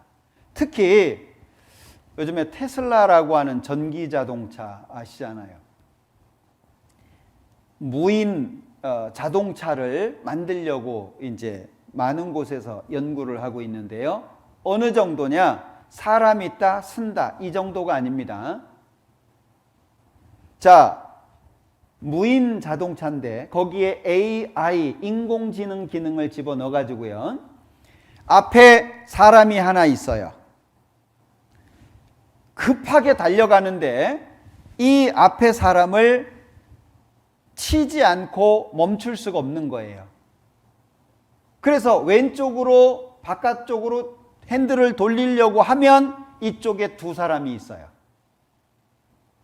한 사람을 칠 거냐, 두 사람을 칠 거냐. 지금요, 인격적인 부분을 인공지능에 집어넣고 있습니다. 여러분들 이거 이해되시나 모르겠어요. 그냥 인공지능 기능 집어넣어가지고요, 사람이 있으면 쓴다. 요즘에 초보적인 거 되죠? 차가 가까워진다. 급제동 딱 되는 거.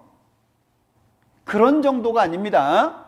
자동차에다가 인공지능을 심어가지고 그것이 스스로 판단하고 스스로 생각할 수 있도록 만드는 지금 훈련을 하고 있는 거예요. 정말 심각한 시대입니다. 자, 그런데 점점 발전해가지고요, 최근에 실험을 한 것이 뭐냐면 뇌 임플란트입니다. 뇌에다가 칩을 심는 거예요. 그러면 뇌에다가 칩을 심어서 어떻게 할 거냐? 컴퓨터하고 연결을 하는 거예요. 직접. 예를 들면 이런 거죠. 자, 제가 대학 교수라고 생각해 보죠. 대학 교수가 설명을 합니다. 학생들이 듣습니다. 대학 교수가 설명하는 걸 100% 받아들이기 어렵잖아요. 학생들이. 그러니까 뇌 임플란트를 통해서요. 마치 복사하듯이 탁탁.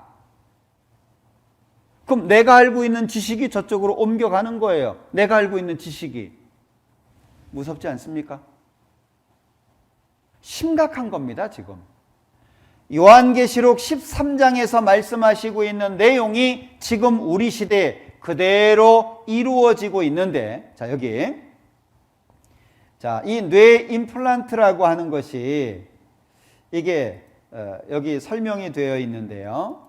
테슬라 최고 경영자 일론 머스크가 설립한 회사 뉴럴링크에서 개발한 뇌 임플란트 칩인데요. 뇌 임플란트는 뇌신경을 자극하거나 정보를 전달하여 뇌 질환이나 신체를 치료하기 위한 기기라고 얘기합니다. 그러니까 뭐 팔이 안 움직인다. 몸에 문제가 생겨가지고 다리가 안 움직인다. 그런데 뇌 임플란트를 해가지고요. 전기 자극을 줘가지고 움직일 수 있게 하는 거죠. 자, 그런데 자, 이게 얼마 전에 돼지한테 실험했던 영상입니다. 돼지 뇌에다가 칩 임플란트를 심은 거예요.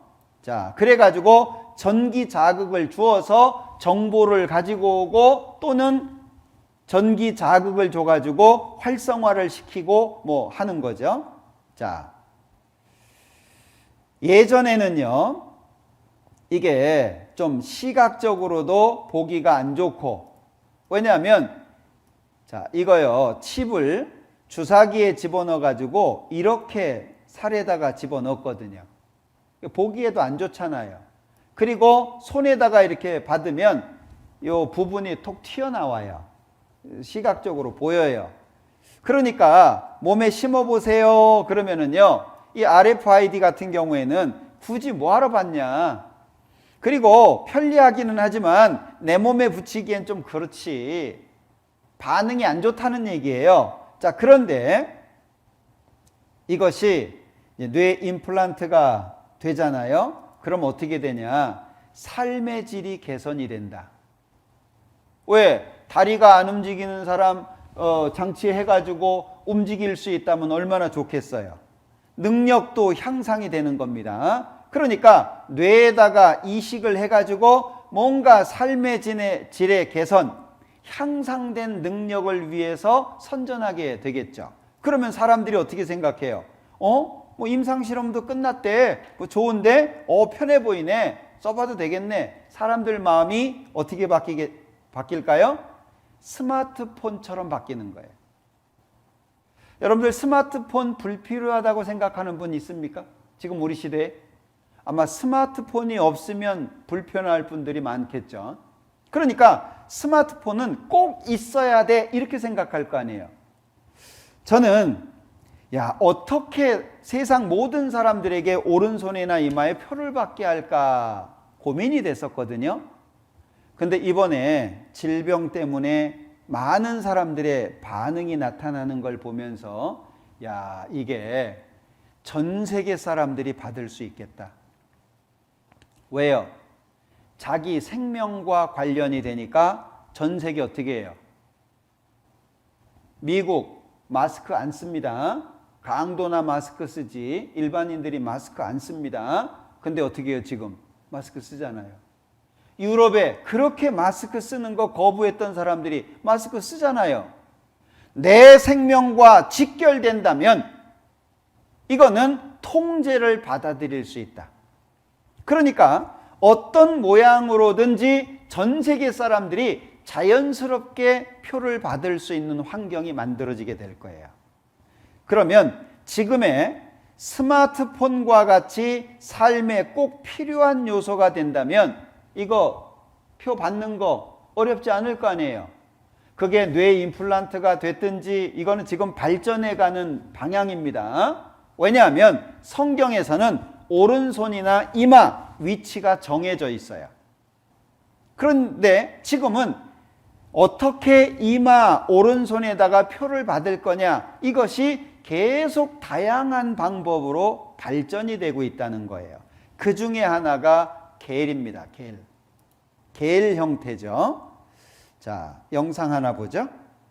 1970년대 CIA의 요청으로 칼 샌더스가 베리칩을 개발한 지도 벌써 50년이 가까이 지나고 있는 현재, 이 베리칩이 진화된 최종 모델로 보이는 다르파의 하이드로겔 센서에 관한 글이 인터넷에 올라오고 있다.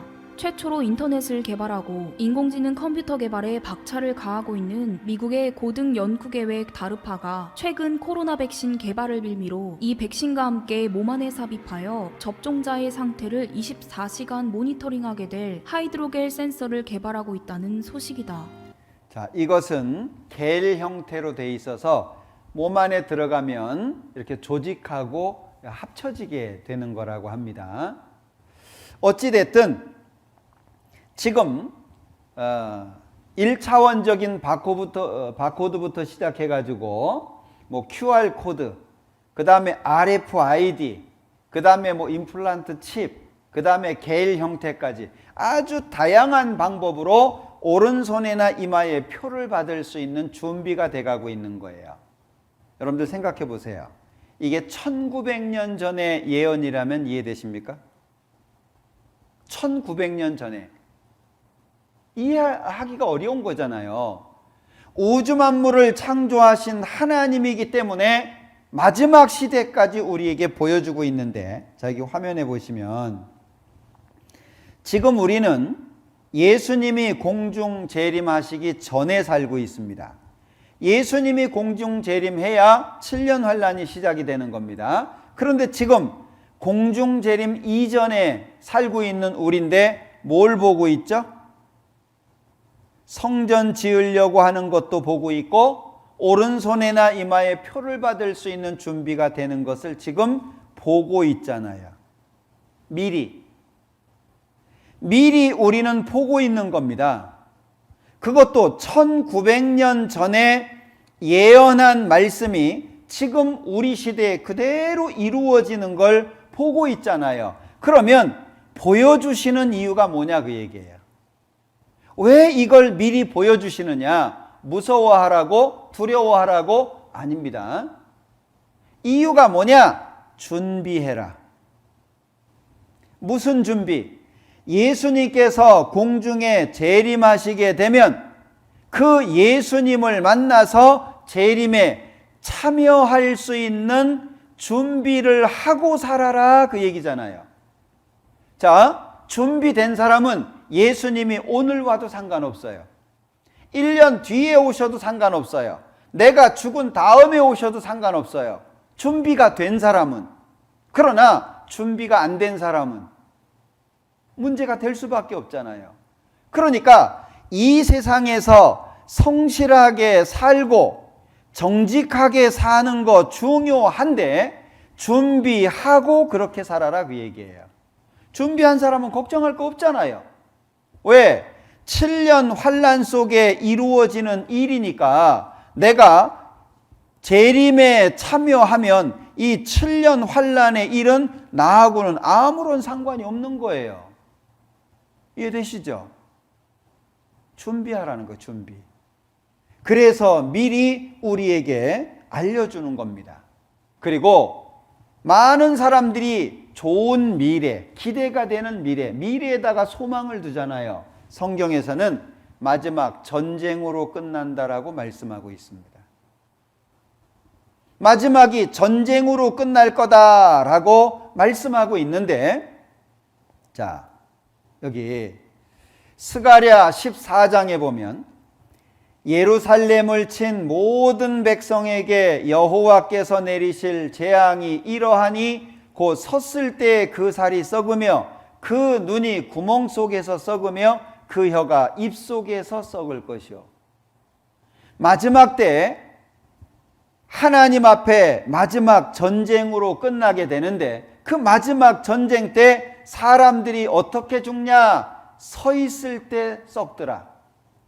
서 있을 때 살이 썩고 눈이 구멍 속에서 썩고 혀가 입 속에서 썩더라. 여러분들 이거 이해되십니까? 그런데 지금 우리 시대 이것을 이해할 수 있는 시대에 살고 있잖아요. 이해할 수 있는 시대에 살고 있는 겁니다. 자, 여기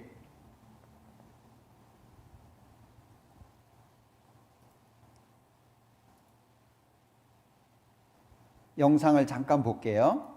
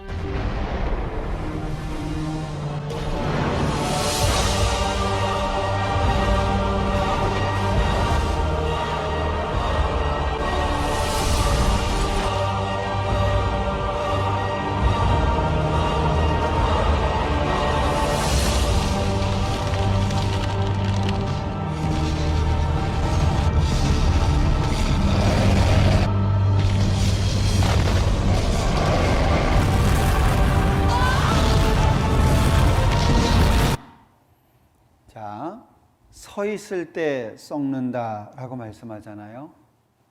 그럼 생각해 보세요. 지금 서 있을 때 썩게 할 수 있는 게 뭐가 있을까요? 사람이 서 있는 상태에서 썩을 수 있게 무엇으로 그렇게 할 수 있을까? 지금요, 우리 시대 방사능밖에 없습니다. 자, 여기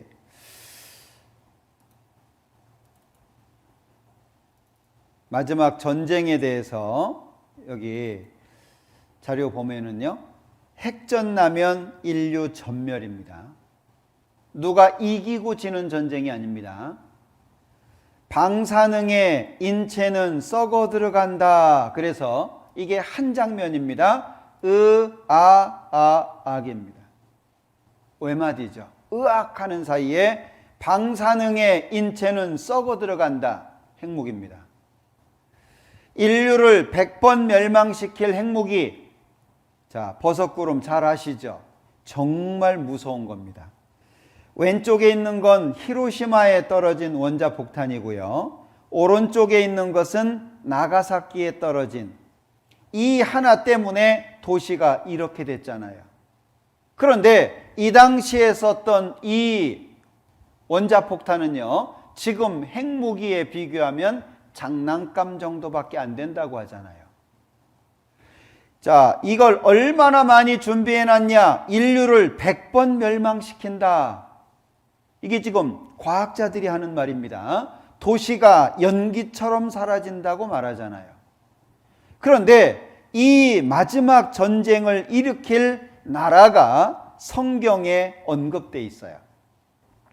어디에서 전쟁이 시작될 거냐? 자, 여기 에스겔 38장에 보면 여호와의 말씀이 내게 임하여 가라사대 인자야 너는 마곡 땅에 있는 곡 곧 로스와 메섹과 두발 왕에게로 얼굴을 향하고, 곡이라는 왕이 로스, 메섹, 두발이라고 하는 지역을 다스리는데 그 지역을 마곡이라고 한다, 그 얘기예요. 자, 15절에서는요. 내가 내 고토 극한 북방에서 많은 백성 곧 다 말을 탄 큰 떼와 능한 군대와 함께 오되 구름이 땅에 덮임같이 내 백성 이스라엘을 치러 오리라. 그러면 마곡에서 고토 극한 북방에서 이스라엘을 치러 오면서 전쟁이 시작되는 겁니다. 그런데 고가 끝날에 마지막 날입니다. 마지막 날에 이렇게 될 거다라고 말씀하신 거거든요. 자, 그런데 마곡이 어디냐면은요. 자, 이 이런 지도를 보신 분은 거의 없을 것 같아요. 왜냐하면 이것은 비행기를 조종하는 기장들이 보는 지도입니다. 여기 모스코바가 있죠? 모스코. 북동쪽으로 쭉 올라가면 한 지역이 나옵니다. 어디죠? 마곡입니다. 지금도 전문가들 사이에서는 통용되는 지명이다 그 얘기예요. 이 마곡 땅, 모스코바가 있고 모스코바 이 오른쪽으로 넓은 지역을 마곡이라고 부른다 그 얘기예요. 자, 여기를 1절 2절에서는 지명을 가지고 설명했죠. 마곡 땅 로스는 지금도 미국에서 러시아 사람들 신문에 실을 때에는 로스 RUS를 씁니다. 러시아입니다. 메색 모스크바의 옛날 이름이잖아요. 도발 토볼스크 이 넓은 지명 이름입니다. 거기를 통틀어서 마곡 땅 이렇게 부르는 거예요. 여기는 지명 가지고 설명을 했죠. 그런데 15절부터는 내 고토 극한 북방 지정학적인 측면이죠. 어디에 있냐 위치를 말하고 있잖아요. 그리고 언제냐 시점이 나와 있죠. 끝날에. 어디로 치러 들어가냐 이스라엘로. 구체적으로 성경은 말씀하시지 않습니까? 이것이 지금 우리 시대에 그대로 다 이루어져 가는 걸 보고 있습니다. 자, 하나님 말씀합니다. 이 모든 것이 이렇게 풀어지리니 너희가 어떠한 사람이 되어야 마땅하뇨? 거룩한 행실과 경건함으로 하나님의 날이 임하기를 바라보고 간절히 사모하라. 그날에 하늘이 불에 타서 풀어지고 체질이 뜨거운 불에 녹아지려니와 우리는 그의 약속대로 의에 거하는 바 새하늘과 새 땅을 바라보도다. 여러분들 보셔요. 하나님께서 너희가 어떤 사람이 되어야 마땅하뇨? 말씀하시면서 우리는 이렇게 돼야 되지 않겠냐? 너희는 어떤 사람이 돼야 마땅하냐? 그래 놓고 이미 믿음이 있는 사람, 하나님 앞에 갈 수 있는 준비가 되어 있는 우리는 그의 약속대로 의에 거하는 바 새하늘과 새 땅을 어떻게 합니까? 바라보도다. 이런 사람이 돼야 될 거 아니냐. 결국에 왜 창조부터 시작해서 마지막 역사까지, 이 마지막 전쟁까지 왜 하나님이 구체적으로 말씀해 놓으셨냐? 너희는 바라보는 사람이 되어라. 새 하늘과 새 땅을 바라보도다. 이 얼마나 위로가 되는 말씀입니까? 그러니까 이 모든 것이 이렇게 풀어지리니, 자, 잘 보세요. 내가 믿으면 이렇게 됩니까? 내가 안 믿으면 이렇게 안 될까요? 내가 믿어서 이렇게 되고 내가 안 믿어서 이렇게 안 되는 게 아니에요. 내가 믿든 안 믿든 이렇게 될 겁니다. 왜? 하나님의 능력으로. 내가 믿든 안 믿든 이렇게 될 텐데 중요한 것은 누굽니까? 하나밖에 없는 내 생명이잖아요. 마태복음에 사람이 온 천하를 얻고도 제 목숨을 잃으면 무엇이 유익하리요? 무엇을 주고 제 목숨을 바꾸겠느냐? 여러분들 생각해 봐요. 내 생명하고 바꿀 수 있는 거 뭐 있습니까? 내 생명하고. 이 세상에 아무리 소중하고 아무리 가치가 있는 것이 많다라고 할지라도 내 생명과 바꿀 수 있는 건 없습니다. 여러분들 그냥 모르는 사람 앞에서 벌거벗을 수 있어요? 모르는 사람 앞에서? 그런데 병이 걸리고 수술해야만 하면 옷 벗는 거 어려워요? 의사 앞에서 의사가 내 벌거벗은 몸을 보는데 문제 안 되잖아요. 왜? 수치보다 더 중요한 게 뭐예요? 내 생명이잖아요. 그러니까 고치기 위해서 수술을 하려면 옷을 벗어야 돼요. 나는 창피하니까 옷 못 벗어요. 옷 입은 채로 수술해 주세요. 그럴 수는 없잖아요. 여러분들 내 생명보다 더 중요한 것은 이 땅에 아무것도 없는 겁니다. 내 생명이 가장 중요한 거예요. 여러분들 하나님께서요. 잠언 24장에 보면 내 원수가 넘어질 때에 즐거워하지 말며 그가 엎드러질 때 마음에 기뻐하지 마라. 이런 말씀이 나오거든요.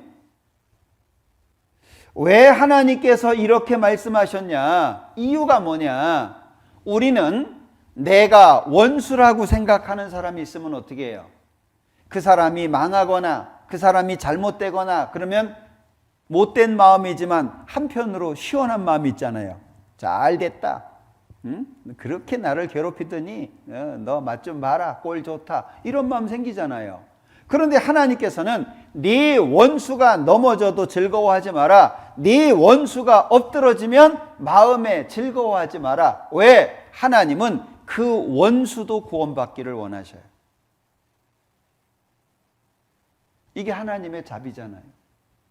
악인이라고 할지라도 돌이켜 떠나서 사는 걸 원한다. 악인이 그 악으로 말미암아 죽고 망하는 거 하나님이 기뻐하시겠냐? 아니라는 거예요. 하나님께서 내가 가지고 있는 생각을 내가 아는데 재앙이 아니라 평안이다. 너희 장래에 소망을 주려 하는 생각이다. 하나님께서는 한 사람도 지옥 가는 걸 원치 않으십니다. 하나님은 모든 사람이 구원을 받으며 진리를 아는 데 이르기를 원하시느니라. 여러분들 하나님께서 그래서 이렇게 말씀하시는 거예요. 여기 우리는 그의 약속대로 의에 거하는 바 새 하늘과 새 땅을 바라보도다. 여기에 참여해야 되지 않겠습니까? 그러니까 하나님은 약속의 하나님이죠. 반드시 지킵니다. 한번 말씀하신 것은 반드시 이루어집니다. 그렇기 때문에 죽음 뒤에 심판, 지옥의 형벌 반드시 있는 거예요. 그런데 정말 감사한 것은 하나님이 기회를 주신다는 겁니다. 모든 사람이 구원받을 수 있도록 기회를 주시는 거예요. 여러분들 이제 마음을 정합시다. 마음을 결정하시고 내 남은 생에 하나님과 함께하고 하나님과 올바른 관계를 맺어서 구원을 꼭 받아서 하나님과 함께 살다가 영원한 천국에 같이 가야 되겠다. 마음 결정하셨으면 좋겠어요. 내일부터는 더 중요한 말씀 드릴 겁니다. 꼭 함께 하시고 영원한 천국에 같이 갈 수 있는 믿음을 얻으셨으면 좋겠습니다. 내일도 다시 뵙겠습니다. 기도하죠. 우리를 사랑하시는 자비로우신 주님 감사합니다. 오늘도 성경을 통해서 살아계셔서 역사하시는 하나님에 대해 배웠습니다. 이제 성경이 사실이며 하나님이 살아계신 것 마음속에 믿습니다. 영원한 천국과 지옥이 있음도 믿습니다. 이제 하나님, 우리가 어떻게 해야 구원을 받을 수 있을지, 어떻게 해야 영생의 축복을 얻을 수 있을지 알려주시기를 원합니다. 남아져 있는 시간을 통해서 하나님의 사랑이 우리의 마음속에 새겨질 수 있도록 축복해 주옵소서. 내일도 함께 해주시기를 원하면서 예수님의 이름으로 기도합니다. 아멘.